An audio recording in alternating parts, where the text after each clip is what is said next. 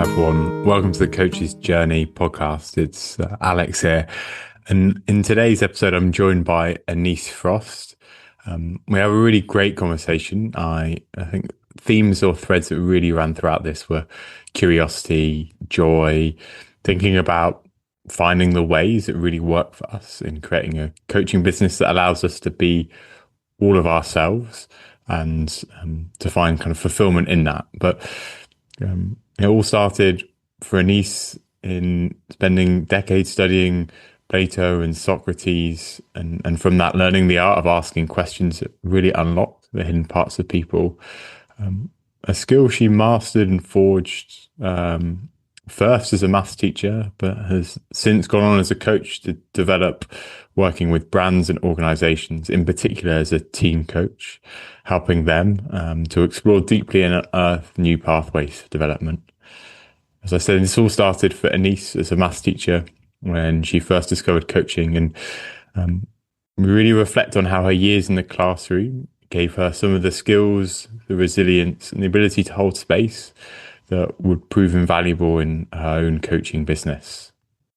And so in this episode, Anise describes not only the process of team coaching, but how it allows her to bring all the magic of teaching, coaching, and neuro-linguistic programming together to enhance both collaboration, making group dynamics visible, but also instilling purpose in the teams she works with. And she talks a lot about how she's created and curated coaching spaces for a range of people, from men and creating spaces where men can be vulnerable, to women in leadership to accelerate their own development. And towards the end, she also talks about the ways she creates business now, and the idea of the executive roundtable that she uses as a discussion tool to facilitate discussion for people from divergent industries to reflect and find resonant themes and topics. So hopefully, as you're getting already, there's a huge amount from this conversation that is hopefully useful and certainly stood out to me. Some of my highlights were thinking about how we find who we love to work with, and how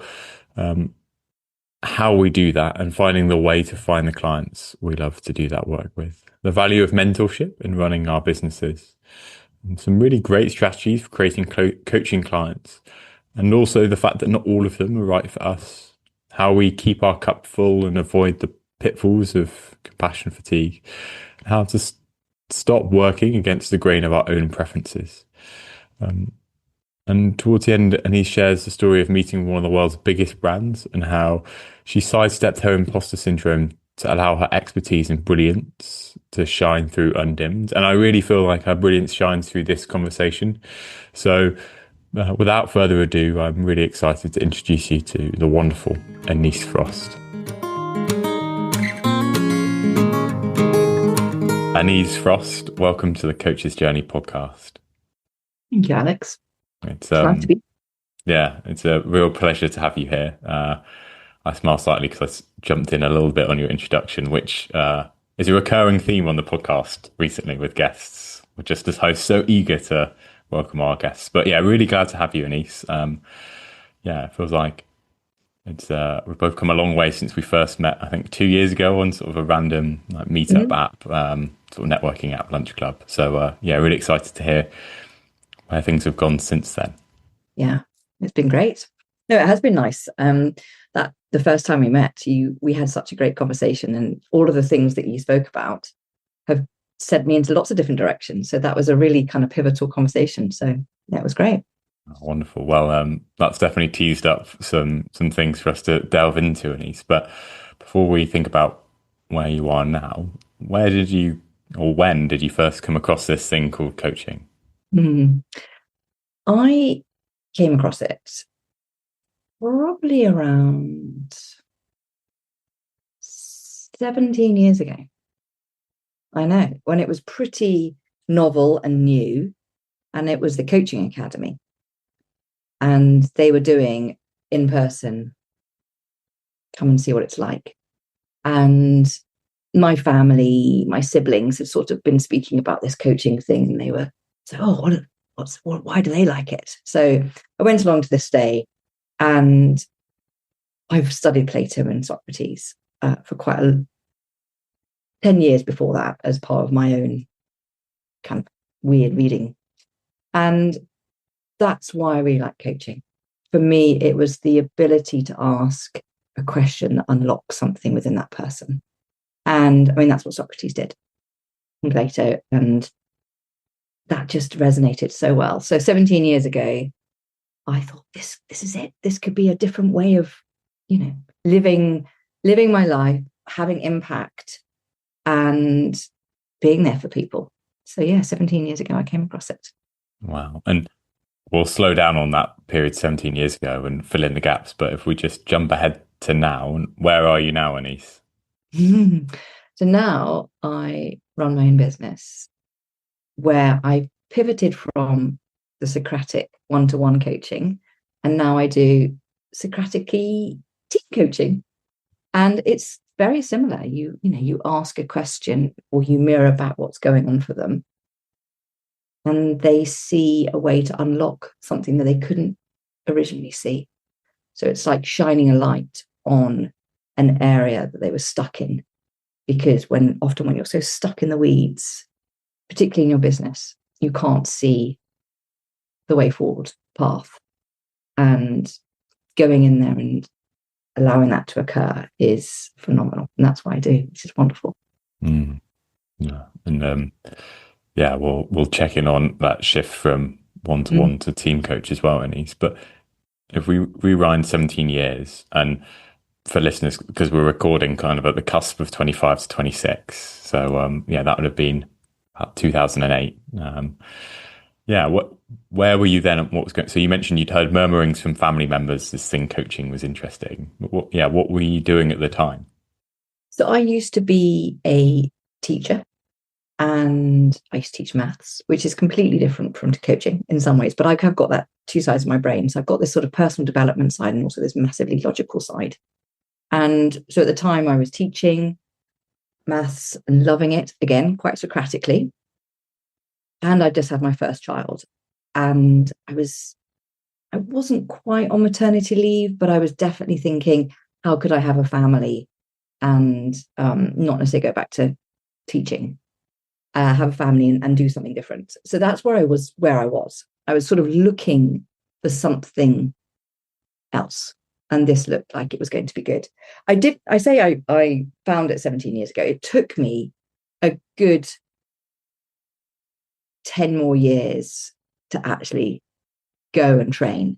So it was there. It was very exciting. And then I got pregnant again and my other child came along, and then just different circumstances in my life, which I kind of put it on the it became dormant for a bit, but there was always a little excitement. And then I got divorced and that was fine. But suddenly there was this sort of a natural desire for a change in my life. And so I looked up the coaching academy again, and I thought, yes, this is where I want to go. They were great 10 years ago. They're still looking great. And I applied, but I also applied for a bursary because obviously my divorce and all that. And it was actually about I thought I might go into education. Actually, I thought about going into coaching education, but it was really about, looking at that. So they gave me a bursary, which was amazing. And then I did the NLP practitioner with them as well. And again, got another bursaries because it's just that sense of really wanting to, I'm sure all the coaches are listening, but that real urgency to create freedom through clarity. Freedom's a big thing for me. Freedom for people to live the lives that they want to live, free of their thoughts, beliefs that are keeping them stuck. That was about 2017. And then from there, there's another part of the journey. Yeah. Given that there was a seed that was obviously planted back in 2008 when you first did that coaching academy taster, what was it about that experience that you thought this is something I want to pick up 10 years later? I think it was twofold. actually. The first fold was a sense that I could run a business. And I had done some marketing and with my Mazda cars before I became a teacher. So I'd had a little bit of tiny, weeny, like 4 or 5 years of sort of corporate work. And then I'd had education for 20 years. And I was very sure that I didn't really want to go into a normal business world as an employee. So coaching gave me this opportunity to run my own business, doing something I absolutely loved. So there was that sort of side of the interest. And the second bit is the exercises that we did in the taster day was so profound. Just by speaking to some other person who I had no relationship with, but the depth of the experience and the exploration that we had in just by asking a couple of questions. I can still remember them. Like what's the most proudest thing you've ever done, or what's the thing that's made you most proud, or what are you most scared of? Things that you just don't come across in normal conversations at all. And having that connection with that person who I didn't know just by 2 or 3 questions was phenomenal. Yeah, that was that. So I was on the other side, as it were, of the coaching questions, and I saw what happened within me. And I suppose I wanted to take that and allow other people to feel like that deep connection with themselves, as well as with another person. But really, it's the connection with themselves, which was the most exciting bit. Yeah. And well, you mentioned kind of this half that experience picking it up about a decade later. I mean, my sense is often once someone's experienced coaching in some way, they're always taking it with them. How, if at all, did you notice it showing up for you over that period before you then did your full training with the Coaches Academy? I suppose once I knew that questions had such a phenomenal impact, I would use them more in not necessarily in the classroom when I was actually teaching maths. It wasn't like that, but it was more about the pastoral side.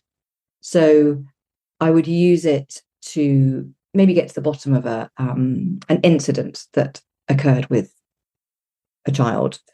They behaved badly, and I might have originally just gone in straight of kind of like assumptions and judgments and closed questions.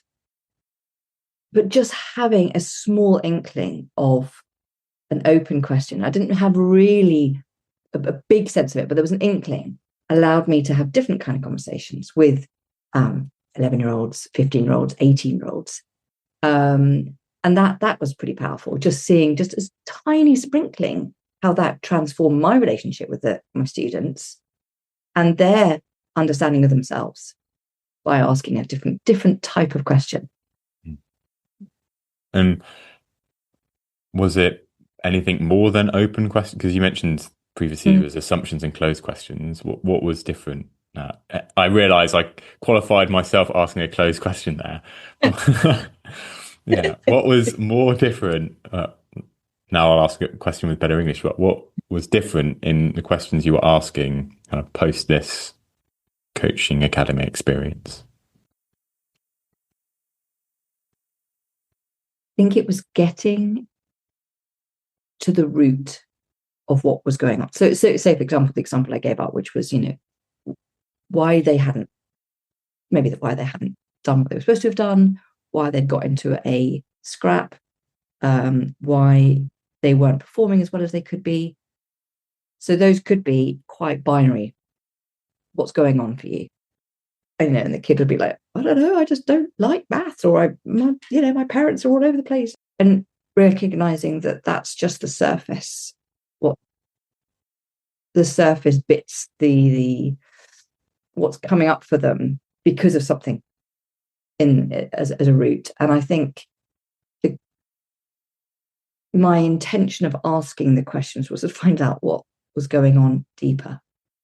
So I think it was a exploration. I think that was maybe it. It was the recognition that by exploring something with curiosity allowed them to also see, because they didn't often see. They were just like, I don't know. Especially with like teenagers, the first answer you get is, I don't know. It's just, are we allowed to swear on this podcast? Yeah. It's just shit. I don't know. It's just crap. I can't do it. And then you kind of go, okay, I get it. And then the deeper exploration allows them to see what's going on for them. And that was very transformational, actually. Mm. Mm. And it's really interesting because it sounds like what was different wasn't just the question, but the intention of like, almost the curiosity of wanting to see what's really going on here, not the surface of, well, why haven't you done this or why have you done this, but Yeah, what's this actually about? yeah, exactly. And that really, I know I've spoken about it, but it transformed the relationship with the students. But then the heart came in. So often with a teacher, I'm not going to speak for all teachers, but my experience of being a teacher is that you can get, there you go, good coaching. I would get quite, not burnt out per se, but quite dry with my compassion. There was just so much. And these opportunities to be curious and to go deeper brought back a little bit of juice, a bit of heart back into, okay, these students are humans. They're not just like annoying little things, and that allowed me to keep going for another 10 years when I could have potentially left the field altogether because of those connections that happened. Yeah. And I feel like there's, in some ways, it's an excellent advert for the power of a coaching approach, not purely as and being a coach, but the connection it can create between Yes. you and others and the work you do, Yeah. and the kind of because yeah, I think it can be easy to go, well, coaching are these skills, but actually it's the things behind them and that curiosity and the power that can have. And I'm also struck by how impactful one day experience of coaching can be. Yeah. Absolutely. I mean, I always say it comes back to unlocking, but it unlocks something within me. And I think that's why the experience, like you say, the seed was there. It was planted, but then a decade later, it was still going. Come on, don't give up on me. Yeah. And you mentioned that seed was still there and touched on a few of the circumstances that shifted. What, if anything else, gave cause for that seed to be germinated 10 years later?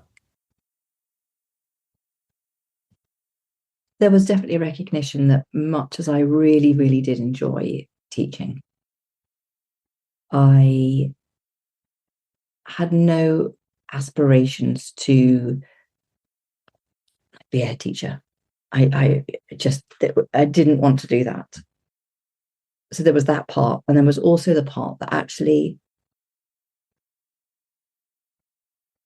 and I'll try and speak about this without getting too sad, that the mask of being a teacher, going in there and having to bring up a part of myself, which is quite a disciplinarian part of myself, it started to get too sad, too incongruous with who I really am.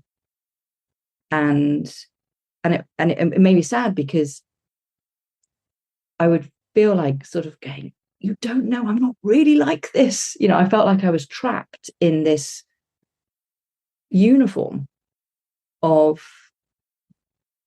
being a teacher. And I think also because of teaching maths, I wasn't able to bring my sense of joy and fun, which I think, I can bring to the coaching. But that part of me, I wasn't able to bring it so much into the classroom and still get the results.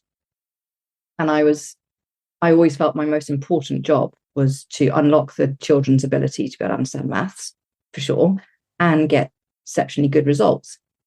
But the cost of doing that was I felt alienated from myself. I really lost. I didn't lose myself, but I missed myself, actually. I can't remember what your question was now, but Yeah, what's your question? I got into a sad space there. What's your question? It was what were the conditions in which that seed from Oh, 10 years ago started to grow?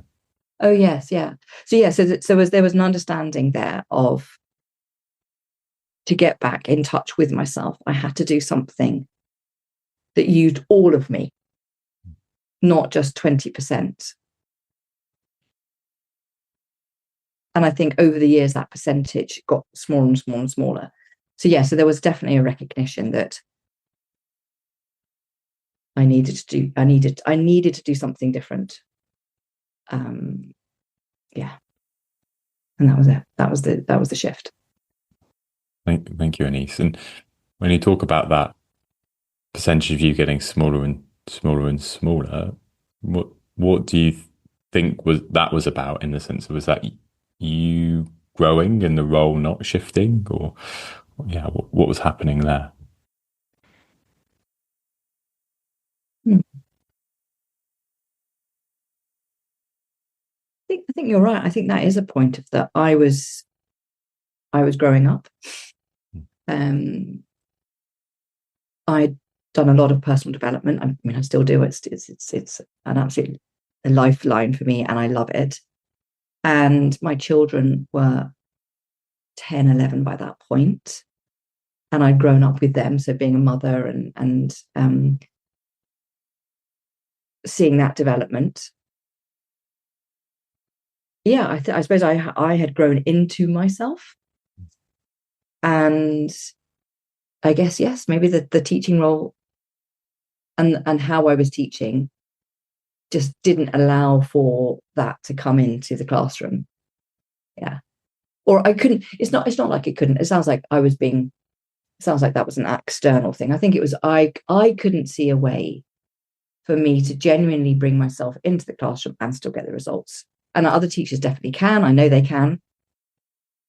I think my subject was a little bit. I mean, you teach English teachers and history teachers, and they just bring themselves into the classroom, and you get to see their pains and their loves and their desires and who they really are.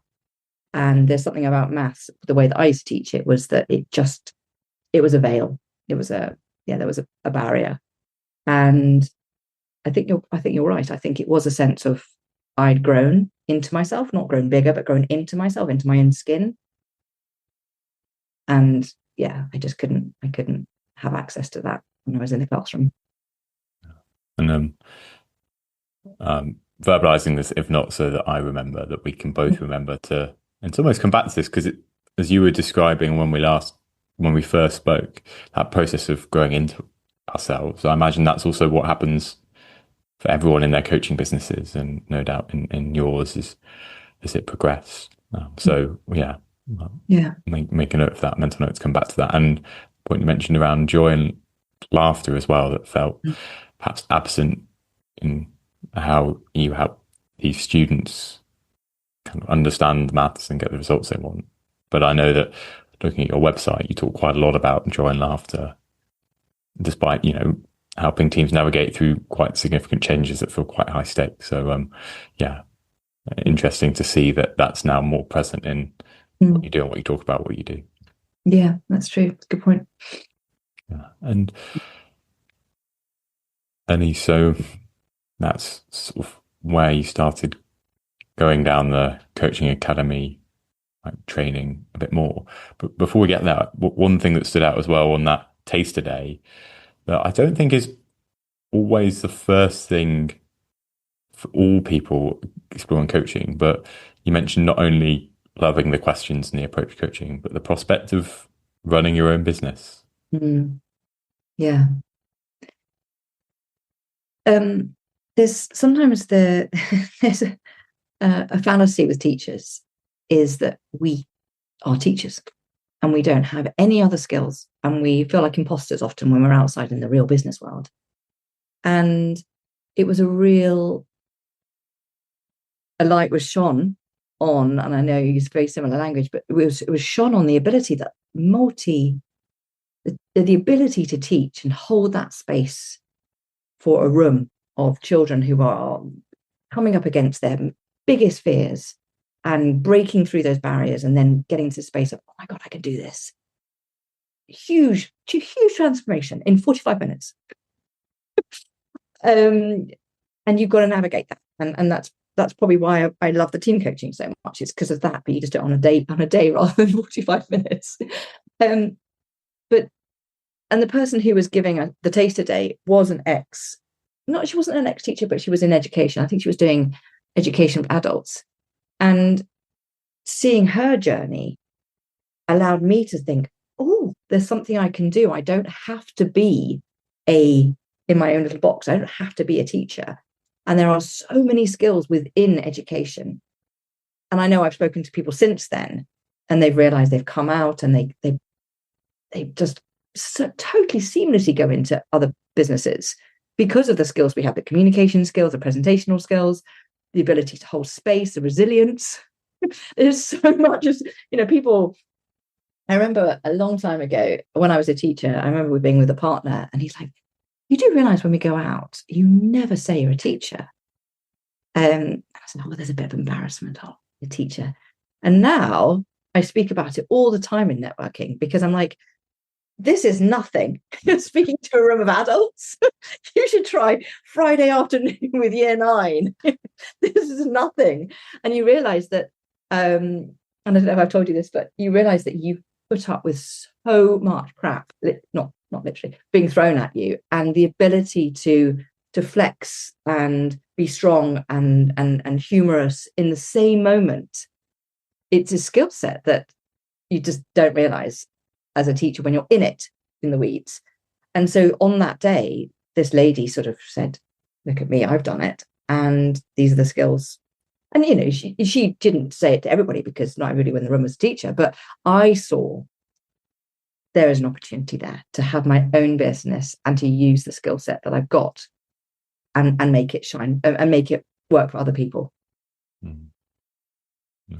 And it does feel like a real kind of clarion call for remembering the skills that we develop in another context, and so removing ourselves enough from the context to be able to see that and not just go, well, that's just me doing my job, because Exactly. me doing my job could be quite something. Yeah. And I've got a little funny story because I was doing some team coaching with a bunch of entrepreneurs in Malta. It was really nice. It was a couple of months ago. And one of the exercises was a very, very loosely, and it was purposely done, loose brief to see how they responded and what their assumptions were and what the judgments of themselves and how they created this they were doing like a stacking of cups. And one of the feedback was this guy went, and again, I'm glad we can swear because he swears, because, yeah, but the brief was just shit, Anise. I was like, yeah, and? But I suddenly thought, gosh, if I hadn't had the training of kids being pretty brutal, this 30-year-old, 40-year-old, incredible entrepreneur could have really put me off my game. I could have gone into a real spiral, but it wasn't. It was like, okay, talk to me.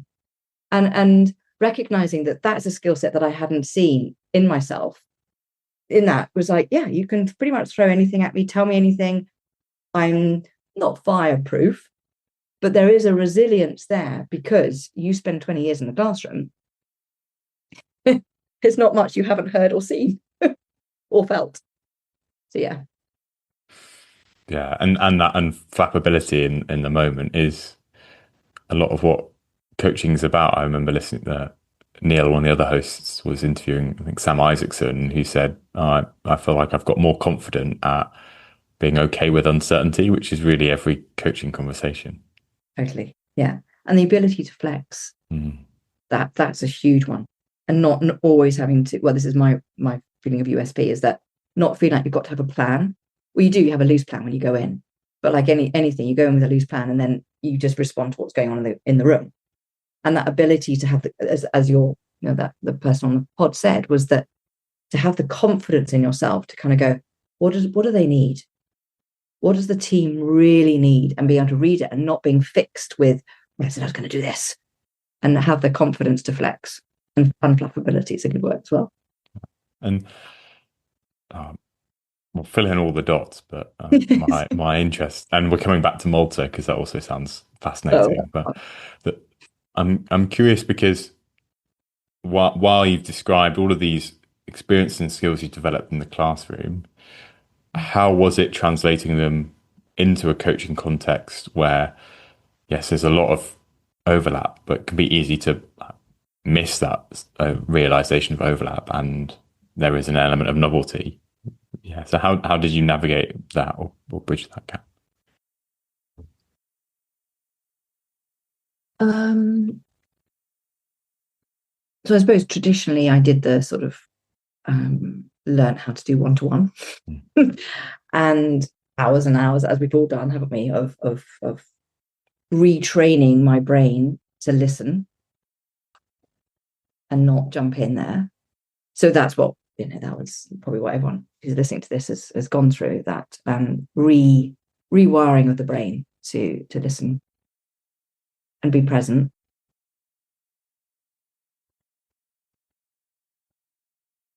To notice patterns of thought and not get trapped in the context. I would say the biggest things I took from that. And then, and I'm sure you'll come back to this, and then the final sort of transition was, much as I really, really enjoy the energy in a one-to-one session with someone who's probably similar energy to me, and I'm sure you've come across with this with like other people on your podcast, but I think as coaches, we often, in the end, well, it's my experience and talking to other coaches, we get the clients who are quite similar to ourselves. So people who are quite similar to me, and they've got energy and they've got like, just want to just get on with stuff. So they're the ones I really enjoy. But what I was recognizing was that selfishly, and also goodly, I wasn't part of that conversation because I was being a good coach. So they didn't know anything about me.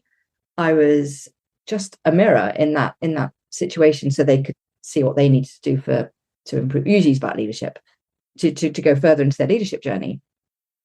And I like that. And then I was like, yeah, again, that little piece of wanting to have fun and have joy in my life. So when the opportunity came, of someone said to me, when I was doing another thing, which I can come back to, when I was facilitating, this person who was facilitating with me across a carpet, it's a therapeutic space, they went, thought about team coaching. I'm like, oh, me? Why would I do team coaching? I'm just a teacher. And they're like, no, honestly. And I was like, okay. And it took me a while to get there, but the minute I got over myself and I went, and it was very nice. One of my one-to-one clients, I said, do you mind if I just use your team as a guinea pig? And she said, no, please do. Didn't recognize how valuable it was going to be. And I walked in, had an amazing plan and had amazing flex. And it was just, I came out like, just found it. I found the place that I can be reflective, a mirror, joy, fun, all of it, all crashed together and became this beautiful space of using all of the skill set of being a teacher and the coaching skills and the NLP. And it's come in this beautiful kind of crucible. Crucible is a good word, isn't it? Just that sort of sense of just all the magic being in one space.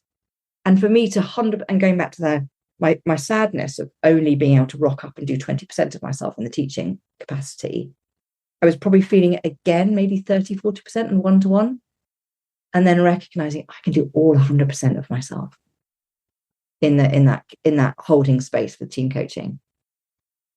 Yeah, it was incredible. And I don't know if I've answered your question, so please do pick it apart and ask more. Well, curious. Well, this is probably the history student in me. Whenabouts was this moment, this first team coaching experience?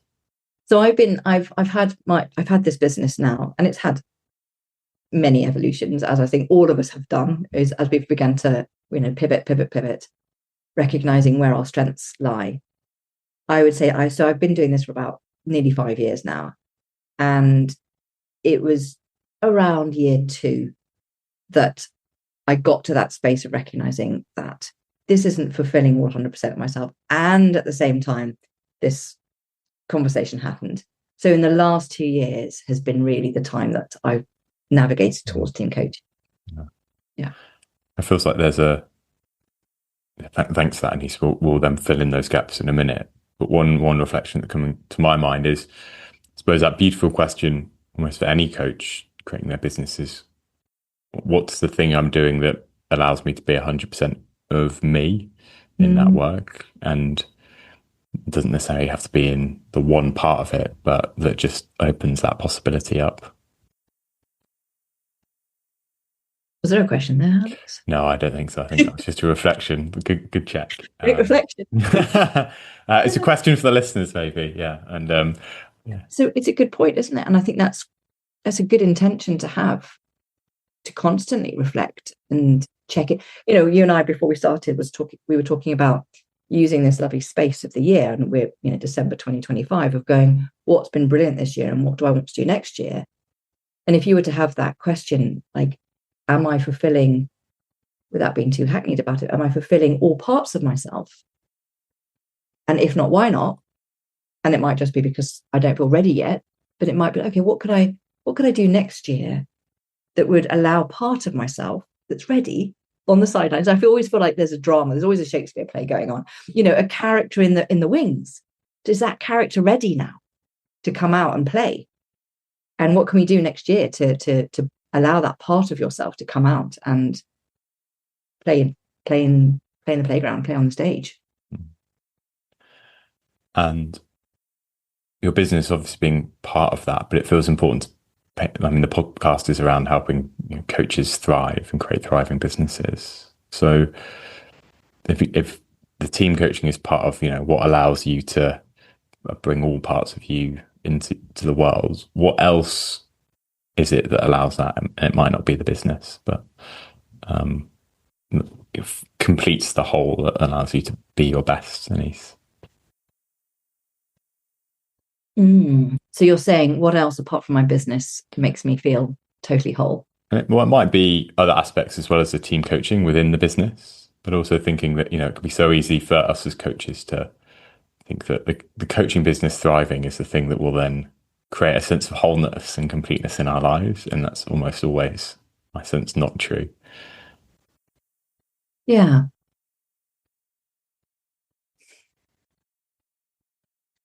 I will answer that personally, but I also think there's a sort of deeper thing there, which is, if you know yourself quite well, and I think as coaches we really enjoy that self-development piece. I think it's about being curious as to, and I will come back to parts if you want, because this is another thing that keeps me very, very kind of full in my life. But there's parts of yourself, there's the silly part, there's the serious part, there's the part that just needs to be quiet and never, ever ask someone another question. I don't want another deep conversation ever. I want to be, go and talk about the Kardashians or something like that. But it's being aware enough of yourself and what keeps your cup full. I think that's what you're really asking, isn't it? What is it that can keep your cup full? And I think that comes with, and some people, I do it as a regular practice, but checking in with yourself, checking in with what's going on for you, and are you tired? We speak often about, the listening fatigue of coaches, sometimes particularly the one-to-one, and also the team coaching, because it's a lot of energy that you have to expend, and it's I've had to really do like an energy audit and say, actually, 4 coaching sessions in on one day, I'm done, and I am at a complete compassionate dead end. And that's not to say that I'm a judgment and a terrible coach, blah blah blah blah. It's actually just that's my level at this moment in time. And I think if people have a sense of when they get fatigued or what fills them up, and are they doing enough of that, then that keeps you full. So it's not just your coaching business. It's, are you walking enough? Are you doing enough exercise? Are you seeing, all the things that make us all part of who we really are? So to use the kind of coach word, but, you know, to show up and be full of energy when I'm coaching, or be full of absolute stillness when I meet my one-to-ones. And I'm not frazzled. And I haven't had just a massive argument with my kids or partner. Just how do I look after myself so I can be the best person whenever I show up, really. So I really love that reflection, Anise, and it's making me think that I think it can be easy to sometimes forget that it's okay not to be our kind of to really dial up the coach bit of us all the time, and because that's not, while we might bring a lot of us to our coaching, we're almost always going to be listening more than we're going to be speaking. And you know, if we did that in every other facet of our life, it probably might not feel balanced. And so it's that recognition and also permission piece, isn't it, to go, oh, I can be these other parts of me in these other contexts, and I do need to make space for that. Yes, all of that. And I think there's a really valuable point there, which is it's okay to talk about yourself. You know, because I think sometimes in social, I mean, I was at a Christmas party on Sunday, and I recognized that I just kept asking lovely coaching questions, and so they knew nothing about me, which was fine.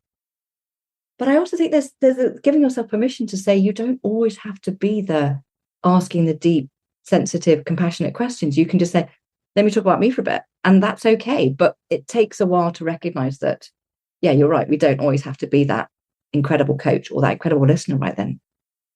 Because that's just part of us. Yeah. And certainly go on, Anise. No, I just think it's a great point. Really great point. And as you say that, certainly I think it's valuable as people's what their business looks like, ebbs and flows. You mentioned the team coaching is a different energy dynamic, but certainly when I started move from working part-time as a coach to full-time and having more coaching conversations, that I had to almost relearn how to be social in a non-coaching way. But it's important to recognize, because it could feel really odd and incomplete sometimes when you're catching up with your friends. It's like, well, I know how they're doing, but they haven't heard a peep from me. Yeah. Yeah. No, I think that word permission that you said earlier that's so good. It's such a great point to give ourselves permission to be the attention, the point of attention, and people listening to us. Yeah. And how do you know when certain bits have had too much kind of center stage? Mm.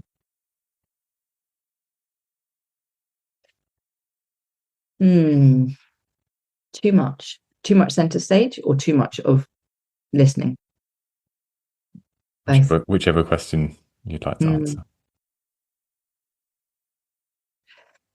This isn't necessarily going to answer the question, but I think I just want to bring it up, which is the sense of, I often ask myself the question later, if I haven't shown up, as in I haven't been able to feel like I can speak. And anyone watching this or listening to this will be like, she doesn't speak? When? We've done quite a good job of me nattering away. But there are times when I don't. And I often have to really check in, like, what's going on for you just then? Because it's the comfortable, safe space to always ask the questions, to hide behind the questions, because I don't want to show up vulnerable at that moment. So it can be a deflection as well.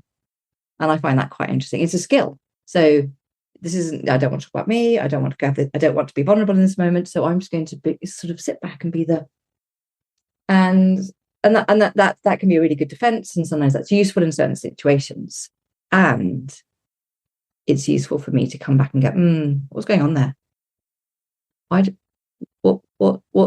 didn't I feel comfortable to just say how I feel about this political situation or an emotional situation that was going on? So I find that quite interesting. The other one about being center of attention, I was going to say it's quite a novel space for me to be in, but that's probably not true. I do try and have beautiful people around me who ask good questions and listen, because otherwise I find I get quite. It's hard for me to speak if someone's not listening. I've been too what do you call it? I've had too many good coaches around me to feel like it's okay not to be listened to. Mm. Yeah. Yeah, and I think there's a beautiful point. I suppose like a great answer in general, isn't it? Is that curiosity for Mm. um, yeah. If there's anything that's probably applicable beyond us just doing great coaching, that curiosity is really useful in our own lives, not only to help us be the best coaches, but to get more from it. Well, it was interesting how I was being there. What was that about, and what might I have needed or wanted more of? Oh, curiosity. I think if there's one word that I could take into next year is to be curious, constantly curious, because then you don't have to worry about. Actually, sorry, there was a lady you spoke about last time we chatted on the phone she's incredible. You'll have to look in the share notes. She's a master coach. She does supervision. She does the coachings in. Claire Pedrick. Yes, you spoke about her. And then I had the unbelievable opportunity of being supervised by her. Just an incredible human being. Amazing. But one of the things I really loved about what I took from her supervision was curiosity. Just don't worry about the questions. Just be curious. Really, really curious about what's going on for you right now. And obviously to ourselves as well, but in that moment. And hold that space. Yeah. Curiosity. It's a good one. And there's some excellent episodes with Robbie and Claire, so we'll link to that in the show notes. Yeah, and as you said, that reminds me, Robbie and Claire last year did a day which was the artful and the soulful coach, and part of the reflections, someone said, "I know I asked an excellent question and I can't remember what it was," and I think Claire said something like, "Great," because it was probably only a great question in that moment, and as you say, it really speaks to that curiosity. Completely. Yeah, we can get quite sort of caught up in asking the right question. And if we'd only asked the right question, we would have got a different answer, particularly at the beginning of the coaching journey of us being coaches. We can get quite caught in asking the right question. And when you're given the grow model or something like that, where does the question land? And I understand it. It's like a recipe, isn't it? It's learning how to cook. You've got to have the foundations. But it's nice to be able to pivot into that space of going, what's the intention of asking a good question? It's to allow curiosity from this person asking, but also creating curiosity for the other person. Mm-hmm. Yeah. And I know, so I'm getting really excited. I love a good analogy, and I never thought that coaching really is like cooking, in that, you have a recipe, but ultimately the good chefs adapt the recipe based on the ingredients and the materials that they have. And yeah, that's what the client brings. Yeah, exactly. Yeah. What the client brings, but also you bring. Yeah. So it's things, isn't it? It's the lovely synergy in that moment. Yeah. Yeah. And I'm mindful curiosity has taken us away from the coaching academy in 2018.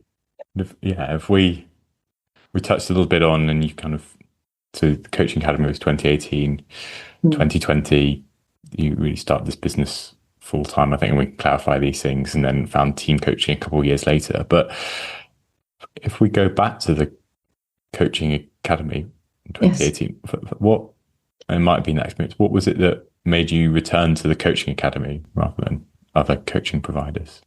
Yeah, I think it was just, well, I shouldn't say just, it was confidence. I'd had that day. I didn't look anywhere else. That was it. It was, I didn't I didn't actually realize how many amazing coaching companies were out there. And it's only now meeting these, incredible coaches in my network, this, and this, and this. Oh, and now I've got a whole other loads of other schools I can go and spend more money and train in different ways. But no, I think this was great. I'm going to go back to them. And when I checked out the website to make sure that, they were still offering what I wanted and how they, the hybrid and all that kind of stuff. So yeah, it was familiarity and trust. And what format was that training? Because I'm assuming the day was very much a day in 2008 was almost certainly going to be in person. But come 2018, what was the format of the course then? Yeah, no, so it was all in person still, which was very good. And so we used to have days. So we had like modules, if I remember rightly. We'd had like 5 or 6 modules. You do reading.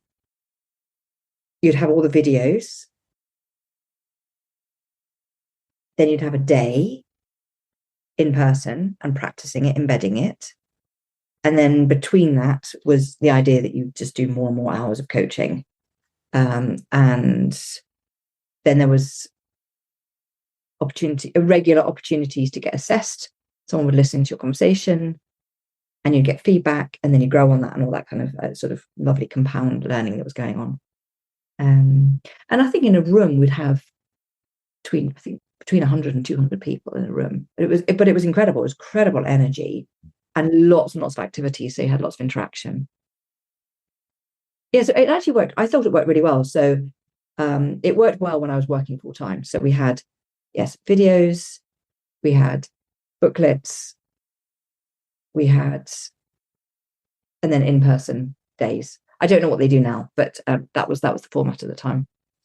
Oh, and then we also had opportunities to I think it was like every Friday you could just be part of what are your questions about this module at the moment, or where are you, what questions have you got about your coaching? So it was kind of like a nice clinic. That's probably the word. Yeah. And as you're doing your training, who were you coaching at the time, Anise? Anybody. Most of my friends, which was great. So a lot of my friends. I also coached some 18-year-olds as well. They were at school, and that was lovely. They had a huge impact. They got a lot out of it, which I was quite moved by. So I had some 18-year-olds, some friends.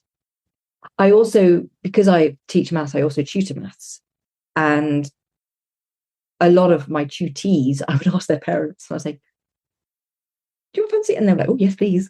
So that was quite nice. So there were non-friends as well. That was really good to get that experience of being with somebody who obviously understood the value of coaching, because they might have done it in Deloitte, or they might have done some Londa, or in their environment,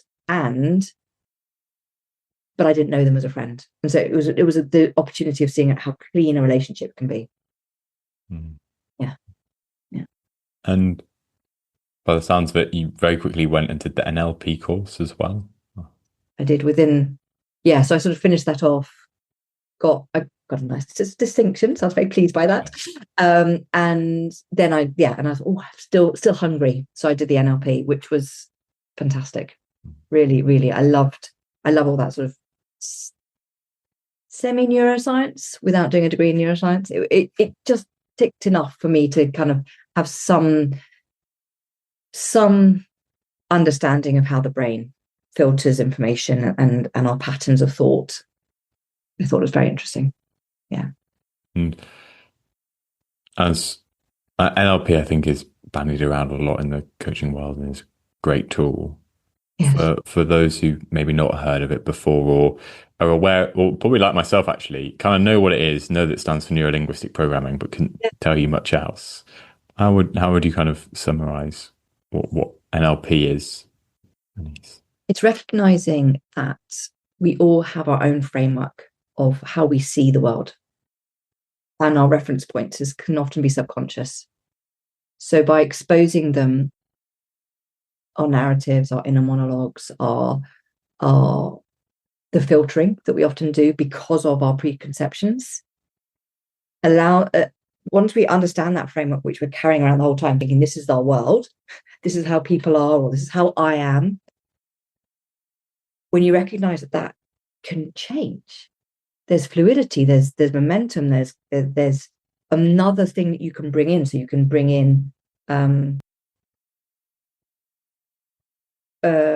they're called pre presus. I can never remember the proper word, but basically, there's a whole bunch of like 10 sentences that um, a way to live. One of them, for example, is the person who has the most flexibility in our thoughts and our beliefs has the most success.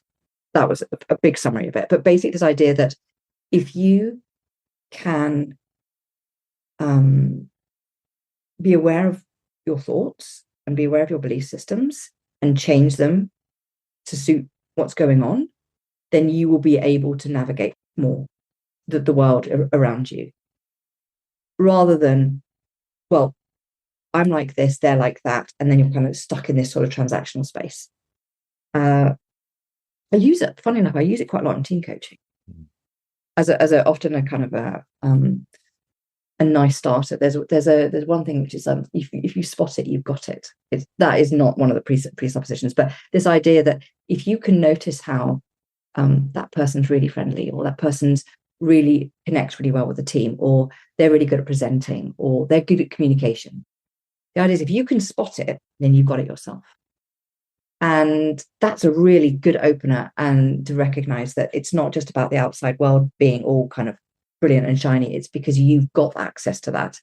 Then the flip side is what annoys you, you've also got it. And that people don't like that so much. But it really opens up that sort of aspect of, in a team, how you can use other people's talents and strengths and weaknesses by using NLP in that way. Is that enough? I've probably done a little bit of a tangent there. Enough. It's great because every time someone talks to me about NLP, and it's in this coaching thing I've done, or like this thing I've seen, and actually, yeah, how present those small exercises can be, and without knowing that they're under the umbrella of NLP. Yeah. It's about the linguistic bit is the language we use within our own head and how we speak, and it's the patterns and noticing the patterns in our neuro dynamic. And once we notice, if you can notice, you can change. And that was the whole premise of it. If you can see what's going on, then you've got flex. And that's what NLP really is. It's about the ability to be able to flex from what you think is fixed. What was it that drew you to NLP so quickly after doing the Coaching Academy stuff?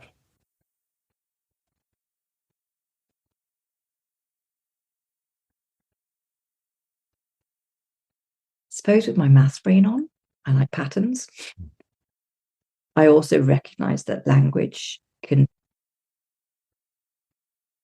imprison us without us even knowing it, by the things, the sentences that come out of our mouths shows so much about our belief system. And I know in coaching, we often look at that as beliefs and thoughts, etc. But NLP can kind of dig a little bit deeper into that. And I think that's what took me that. It's just, I think it was the desire to get, I'm a bit of a geek anyway, but it was the desire to know a little bit more about the brain and how we work. And I know that NLP can get a bad rep because people can manipulate it. But for me, it was about understanding a little bit more science about it, and staying away from the kind of the, if you believe it, you can manifest it type thing. Which is, I don't have any problem with that, because there's a bit of the brain that allows you to see that, and you can make the brain see and focus on what you want. So it's not totally woo-woo, but it's the sense of like, how can the brain help us? And if you know about how the brain works, then you can really make it work for you, rather than being the victim of your own brain. Yeah. Freedom. Coming back to freedom. There you go, Alex. Finally got that. Wonderful. Yeah. And yeah, the word that I'd underlined early on, freedom. And speaking of which, at that point, I realise that feels like slightly odd segue, but were you still teaching at the time when you were doing your training? So you're teaching full time and tutoring as well, by the sounds of it. And tutoring and bringing up 2 kids singly. Yeah, and being a parent and being a single parent, and doing the coaching. Yeah. There's a lot. I remember many times sitting at this table, working all weekends. But there's something I'm sure that probably all the listeners would have, when you're so excited by something, you're motivated or I definitely find it, I'm motivated to do it. And I do like learning. I've got like 3 degrees. I love learning. It's just, oh, I have to be careful to actually do some work rather than get, oh, another course, shiny. Yeah, that's a great catch as well, because I imagine that, it's like an occupational hazard, isn't it? A love of learning. So Yeah. Hi everybody, Robbie here. I'm the creator of The Coach's Journey. If you like what you're hearing on this episode, the chances are you'll love An Introduction to the Coaching Business Flywheel. That's a free ebook available at thecoachesjourney.com. It's the most important piece of content I've ever created for coaches, boiling down everything I've learned from this show, from working with master coaches, and from my own experience into one simple model. The model not only tells you the only things you have to do to have a sustainable coaching business, but also shows you how they can form a virtuous circle that keeps your coaching business growing. It's all free, and you can find it at thecoachesjourney.com. And there's a link in the show notes. Now, back to the show. as you were doing the courses, what was the intention behind them then? Was it, I'm going to start my own coaching business? Yes. I didn't know how, but yes, definitely. Yeah. And then COVID happened. And that was put on the side burner for a bit. Because I didn't want to leave my students at the time. I didn't feel like it was right in the middle of lockdown to say, oh, by the way, I'm off. So I stayed another year. So I think my plan was to finish in 2020. And that was right in the middle of it, wasn't it? Yes, it was, because yeah. And so I did another year and finished in 2021. Yeah. But yeah, always the idea is to have my own business. And when you finished in 2021, yes, what happened next? What happened then? Fell off a cliff.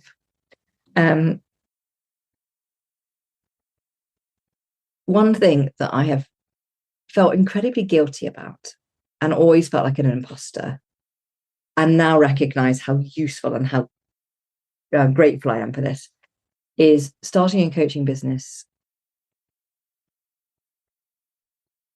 was not a sensation overnight in any way.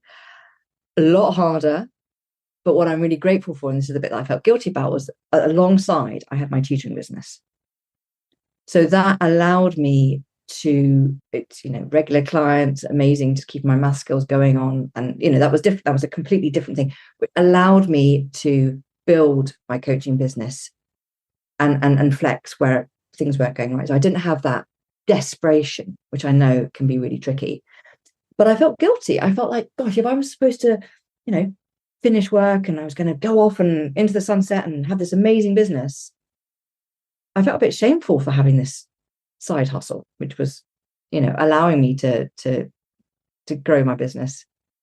And only now do I realize, gosh, I'm so lucky, because 4 or 5 years down the line, I'm still able to just allow it to grow at its own pace. And I think that's one thing. If I was to give any advice, and I know you haven't asked for any advice, but I think one thing is and I know you did it part-time, but that sense of building any business, but particularly a service business like this, and with different economic fluctuations which we're going through, to have something else alongside which you can depend upon means that your stress levels and you can show up in a best way. You can show up as a coach, not like, please employ me, which is, nobody wants to employ a coach like that, because it allows you the freedom, again, perhaps that word, it allows you the freedom to know, this isn't working for me, right, let's pivot to this is working for me, and to follow the journey of building the coaching business, which is special to your own unique person. Yeah. And I think, it's one of my takeaways from many of the episodes I've listened to. Many of the guests do talk about it being that long game, so it's really interesting you speak about that, Anise. But also, what are the things that give you the freedom to show up as the best coach you can be? Because that's probably what's going to create the next bit of coaching work that you're going to love and it's going to be impactful as well. Yeah, exactly. Yeah. Yeah. What was the thing then? You mentioned feelings of guilt and shame for that tutoring business at the time. Yeah. What was the moment of realization? That it was okay. Yeah. Um, I think it was actually speaking to other coaches and people who were like 15 years down the line in a business, that me thinking I should be there, and speaking to them and them giving me that sage advice, which is, you're doing the right thing. You're not you haven't got all your eggs in one basket. You're being sensible. You're being a good businesswoman, in the sense of like multiple businesses, multiple streams of income, which allow you to build a business slowly. So it's been their sage advice and their mirroring back that that's a reasonable way to have a business. And I realized it might be useful context. So when you took the leap in 2021, where was your coaching work at the time? And in terms of what was the scale of that business, if at all, or was it starting When I started, yeah. I would say that it was non-existent. I literally just jumped off the cliff. I think what I recognized about teaching is it's very difficult to be a part-time teacher, emotionally and physically.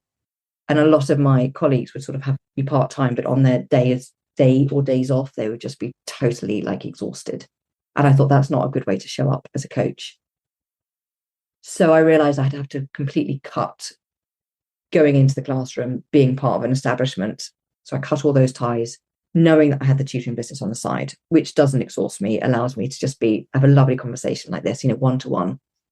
So the coaching there was nothing. I mean, no, that's not true, actually. I had maybe, the minute I said I was going to be a full-time coach, then suddenly a couple of people came out of the woodwork. Like, honestly, the jammiest, like literally, I think I had 4 clients with it. And I was like, this is easy. Oh my gosh, life's going to be easy. And then it just went, which is fine. But so that was, there was a good question, actually. So I kind of forgot about that. It was that sort of euphoria, like, oh, I see, it's all going to happen so smoothly. No. Yeah. So I had probably about 4 clients in that first year. And then and that was people who knew me. And then it was the cold grind of going, oh yeah, how do you go from cold leads to hot leads? It's a different pipeline altogether. Yeah. I'm curious because you've run this tutoring business as well. What, if any, parallels you noticed in how you've established and grew that?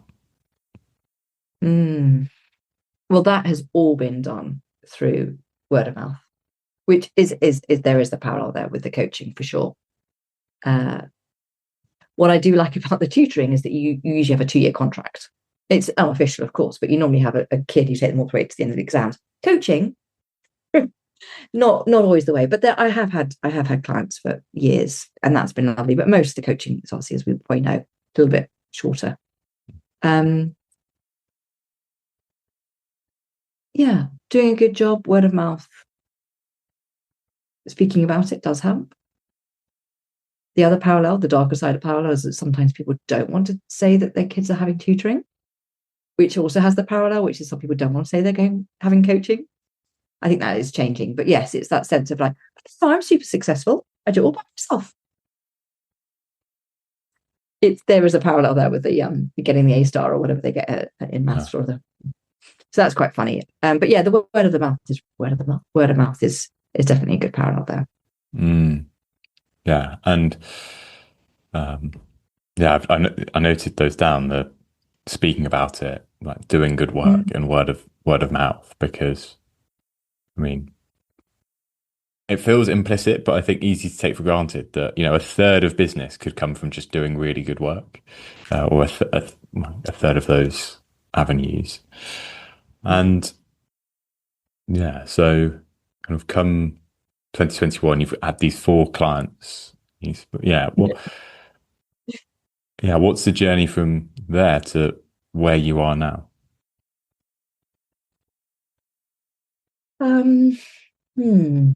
Lots of failures. And I say failures with a laugh, with a caveat that if I hadn't spent money on something which I didn't know how to do, which was create a pipeline, and I didn't have that exposure to another way of working, then I wouldn't be where I am now. So yes, I would say there's lots of money that's been spent on throwing money at, I don't know how to market, I don't know, lots of uncertainty, which doesn't feel comfortable, and spending money on, Facebook adverts and Google adverts, and spending months on a decent website thinking that's okay, or spending weeks on LinkedIn thinking that's okay. There's lots of things that I've tried, trial and error. And yeah, that's just, maybe we all have to go through that. I'm not sure. I don't know. I think on a kind of personal level, I'm pleased to be in a space now where I don't feel like if someone gives another way of doing work, I immediately think that my way is wrong. I turn to their way and go, oh, whatever you're doing, I'm going to do what you do, which was very much how I felt in the first 2 years of every new shiny thing that came my way. I was like, oh, maybe I should do it that way or that way, because I didn't know. I just didn't know. And I was flailing, I suppose, trying to find a way that works for me. And saying all of that, if I hadn't done that, then I wouldn't probably be here. So, because I had to do all those things and work out, no, that doesn't work for me, that doesn't work for me, that doesn't work for me. What does work for me? Okay, this works for me. So. It feels like, a great takeaway for any listener is there are many ways to run a coaching business, but what matters is you've got to find the right way for you. And that at times might involve doing it the wrong way for a bit, because that's part of learning sometimes. Yeah. And I think going back to our word curiosity is really important. I think going back to that sense of, is this working for me? Do I like this way? Because I think that's the other thing, is that for a while I was doing lots of things I really didn't like. I actually really like LinkedIn now. But for a while I was like doing it, or, oh no, that's right, I was doing Instagram for ages, thinking that was going to be a way. I absolutely hated it. But I thought I had to because that's what someone had told me. And that curiosity, and then going, okay, so this is not supposed to be, it doesn't mean that not hard work. I think there is something about working hard, but working against the grain of your own preferences, that's not joyful. For me, that doesn't create a business model that people are happy to do. So I don't do Instagram anymore. I don't like it. I don't like it as a platform at all. But not as a personal thing, but as a platform for a coach like myself, it doesn't work.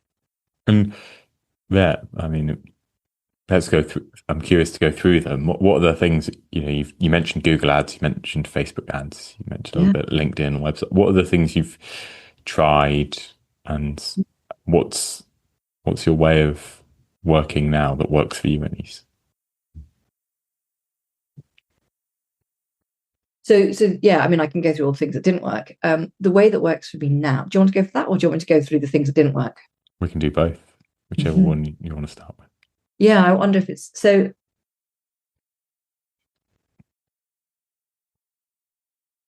I think the algorithms have changed a lot. So Facebook at the time when I was doing it was probably quite early on in the business.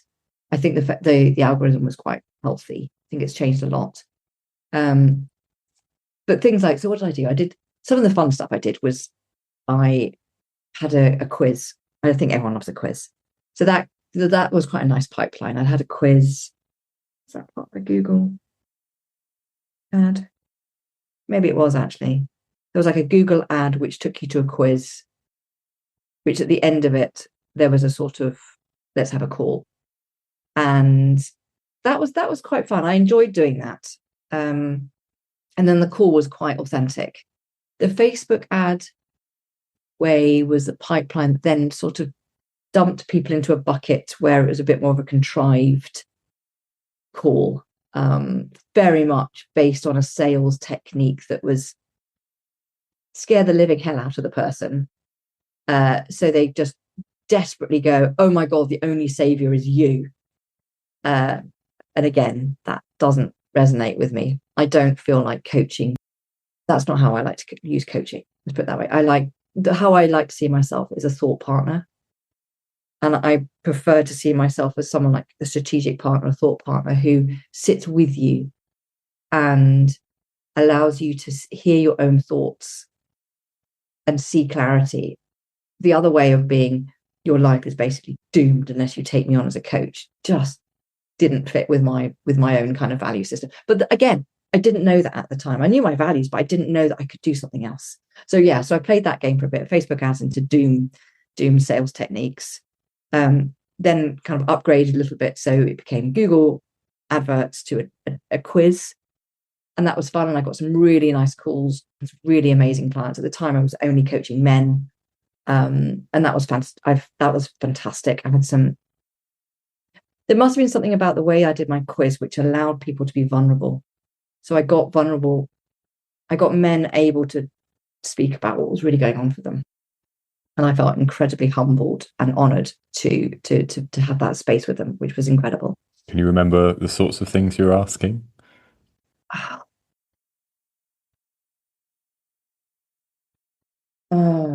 It would have been along the lines of, what makes you feel that you're successful? So is it your work? Is it your relationships? Is it your money? There was another one as well. But it was really getting them to get to that point of understanding themselves a little bit more before they came on the call. So what are their drivers? Yeah, what are their drivers? So I guess that throughout the quiz, there was a certain amount of self-reflection, which by the time they came on the call, they were able to just expand on that. Yeah. So it's quite nice. Yeah. And so there's the kind of Facebook ads evolved to this quiz. And then what? Yeah, so then I did that for a bit. And then I did a spate of just networking, because I wanted to get out of behind the screen. I wanted to actually have real connection. And maybe, I mean, I was in those first 2 years, wasn't I, post-COVID? A lot was online. There was so much wealth online. Wealth as in not monetary wealth, but just sort of knowledge and people happy to be behind the screen. And then it changed into, let's do networking in person. And obviously we met through virtual networking, but that became really important to me, to actually meet people and have that resonance with them. And so that's probably where things started to move and shift in the business, where I met people. They might not need a coach at that time, but they knew people who knew people. So that became a bit more of a natural pipeline. And I also do coaching through More Happy, which is something that you and I spoke about, which is an incredibly amazing platform run by Ashley Tennant, who her premise is that coaching shouldn't just be for the elite in business at vast expense. It should also be for everybody in the business. So she offers a platform where people can pay a reasonable amount of money. So I've coached people, HelloFresh and smaller companies that may not have a huge capital to invest in their people, but they want to invest in their people. And then they have lots of volunteer coaches who want to have hours and get themselves up to MCC, et cetera, or PCC or ACC, and have exposure to a whole plethora of people at different parts, at different spaces in their business, which is fascinating and totally easy. And I think that's the thing, is it can get extremely tiring and relentless and exhausting finding clients, private clients. And all you want to do is coach. And More Happy gives you that real ease of going, oh, I just open my calendar and there's all these people populated, and you open the screen and you have these incredible coaching conversations. And that gives a wealth in itself. So there may not be the financials, but you've got that the hours and exposure and expansion of the coaching craft. But what's been interesting for me is the amount of private enterprises I've had from that. So even though I've done volunteer coaching, which has been amazing, and I absolutely love Ashley. She's an incredible person with an incredible vision. What I have loved from it is that I might do that as a volunteer, and they give me huge amount of access to supervision and mentoring, and so I can keep learning. And we spoke about this, the love of learning. And there'll be people who come in as a free client from me, but they'll go, "Oh, could you come and do some team coaching?" Yeah. So I built up that relationship. So I now have these little springboards that come off it, which has been incredible. So it's a lovely kind of. I did it through full heart, and from that has come this interesting little pipeline for private clients. So that's been really lovely. Yeah, which reminds me, it goes back to those three, speak about it, doing great work, and word of mouth. Two of them, and I think it's easy to forget, isn't it, when you're in almost feels like the trenches of trying to make the business work, that we're doing it to do this thing we love called coaching. And so if there's a way to do that, that's really important to kind of keep the heart connected to what it's about.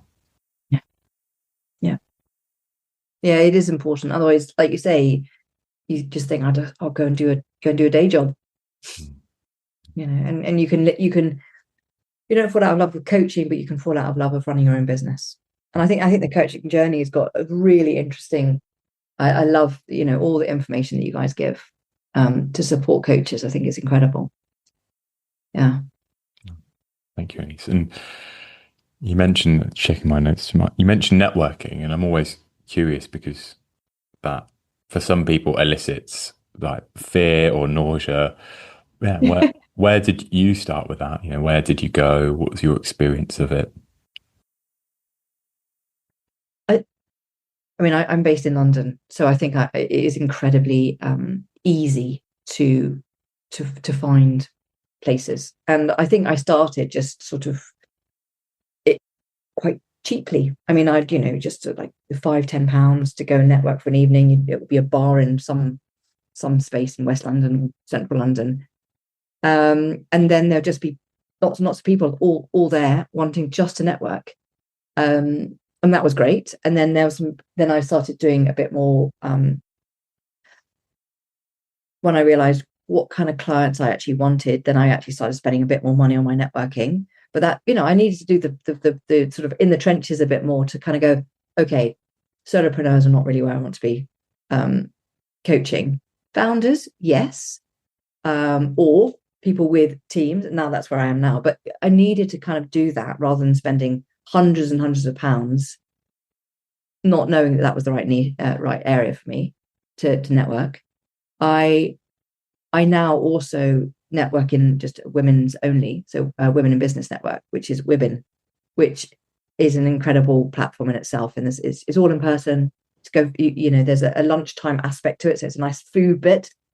You only have people there's only one person around the table in your niche, and that's incredible because that's like one chapter, and then there's lots and lots of chapters, and it's the person in front of you might have 100 people they can speak to. But by having that conversation, and they get to know you, and it's every month, and they get to know you, who you are, and they trust you. And then from there, you have this little black book of these amazing women who you can call on at any point. You need financial advice, or you need mortgage advice, or you need someone who's going to book you incredible bespoke 50th birthday adventure next year, that sort of thing. So that I've loved. And then from that, you get people who go, actually, I've got a friend who's really struggling with her team. Can you go and have a chat with her? So that's a really lovely thing about it. So I enjoy doing that. And yeah, it feels like this process has been optimizing for the things that you enjoy doing more. Yeah.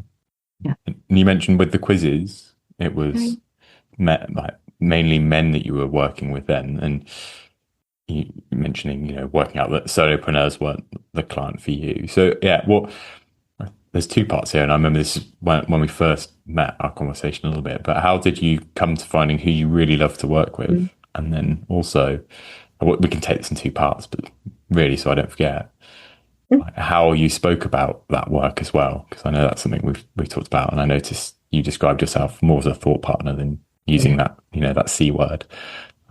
Yes, yes. Yes. Who?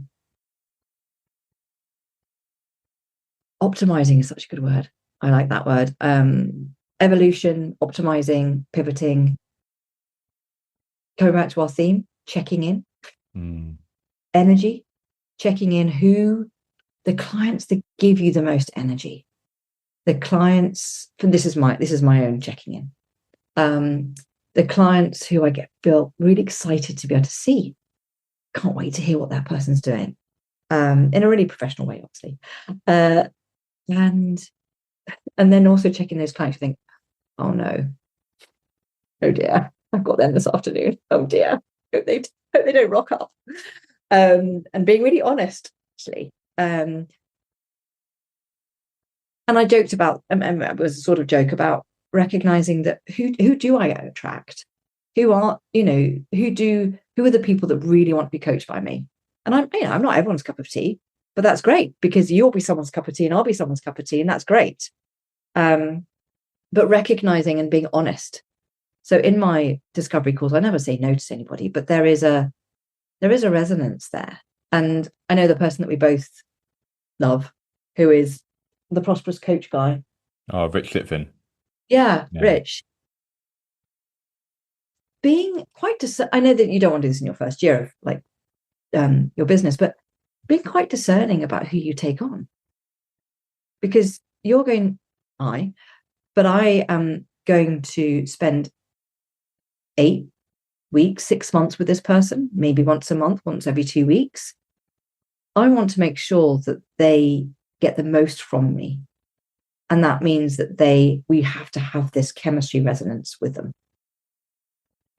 And that's taken me a while to be really honest with myself and say, actually, I do want to coach. I think this person's going to get the most from me because we worked well. Our chemistry works well together.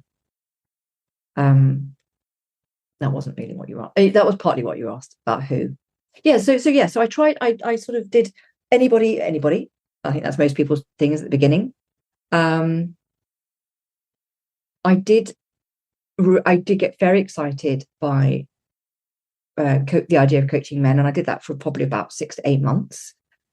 Partly because it was a real heartfelt thing of feeling that men don't have spaces to be vulnerable in, and it would be lovely to give that as a coach. And I did use that word then as a coach, to give that space of vulnerability and professionality, so they could turn up and say whatever they needed to say without it being mucky. No one, the mixed gender thing worked, but it had to keep it clean, in the sense that I'm giving you everything you need, and I'm your coach.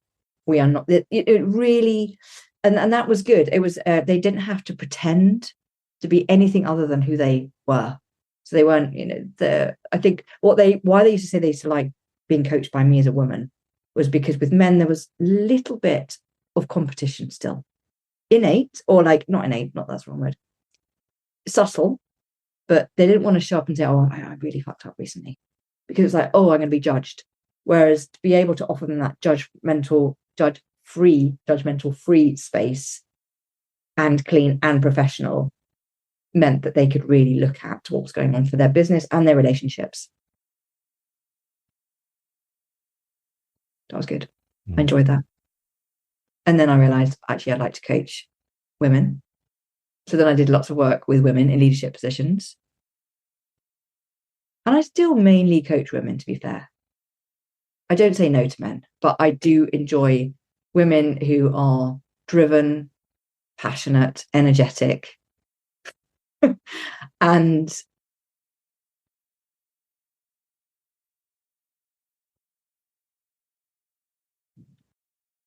really want to get on and do things in their life. When they come to me, that's why I say myself a thought partner. They come to me because they can't So one of my first questions now is, what's the problem that you can't solve by yourself? That's it. So, and it doesn't matter, it can be anything, but it's something they're just sticky with. And then we coach on it, and then that's it. It's not like I don't need a kind of like every day pick up the pieces or kind of a spiraled again. It's like, no, I've moved on from that, bosh. And that drive, I really enjoy coaching because it's very, very energetic, very accelerational. Their businesses just transform, their lives transform really quickly. And I love that aspect.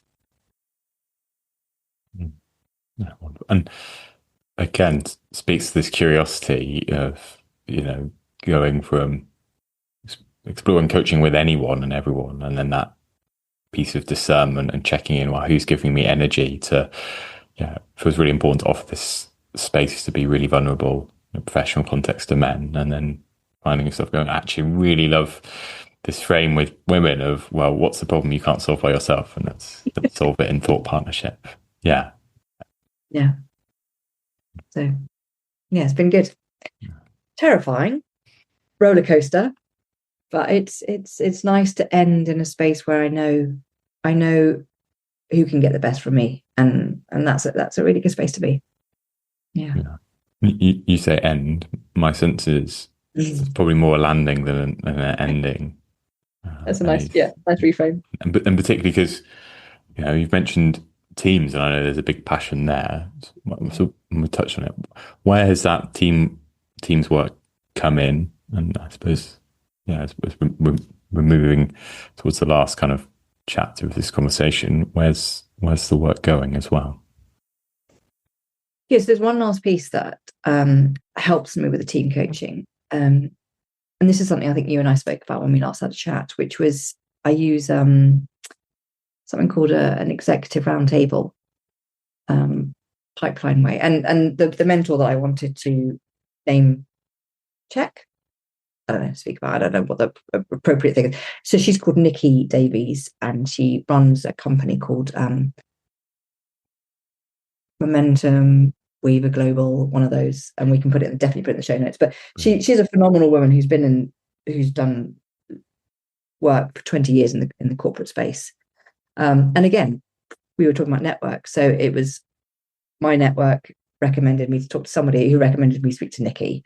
And she came at the right space at the right time. I needed a mentor that would, not as a coaching mentor, but as a professional business mentor.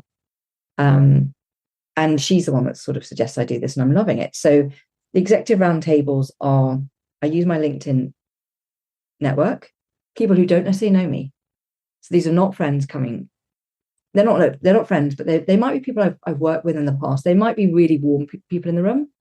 It's all virtual in the room, but it's also people who I've just reached out to, and they've seen a couple of my posts and they're interested. And my bait to get them is to facilitate. So I'm showing my skill set, but there is no intention apart from that, to facilitate a conversation that I feel is really important, that's going on in the world at the moment. It's not political, but business. So my one this month was, why are our teams drowning?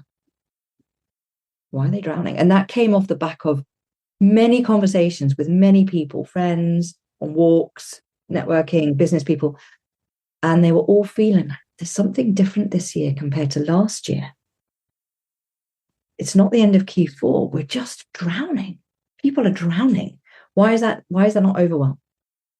Why is that not feeling burnt out? Why is the word overwhelming coming up? So and why is the word drowning coming up? So I just put it out there, and I just kind of asked people, and it's like, it's just 90 minutes on this particular day. And I asked, it's sort of invite only, and 10 people came around the table. Like I say, half people I knew, half people I didn't know. And we had the most incredible conversation. And people loved it because it was peers talking to peers, them going, oh, it's not just my industry. So it's not just the engineering industry. Oh, it's also the drinks manufacturing industry. Oh, it's also the insurance industry, because all these people are from different spaces. So there was this real value for them. They got value out of it. And I get value because I understand a bit more about what's going on for them.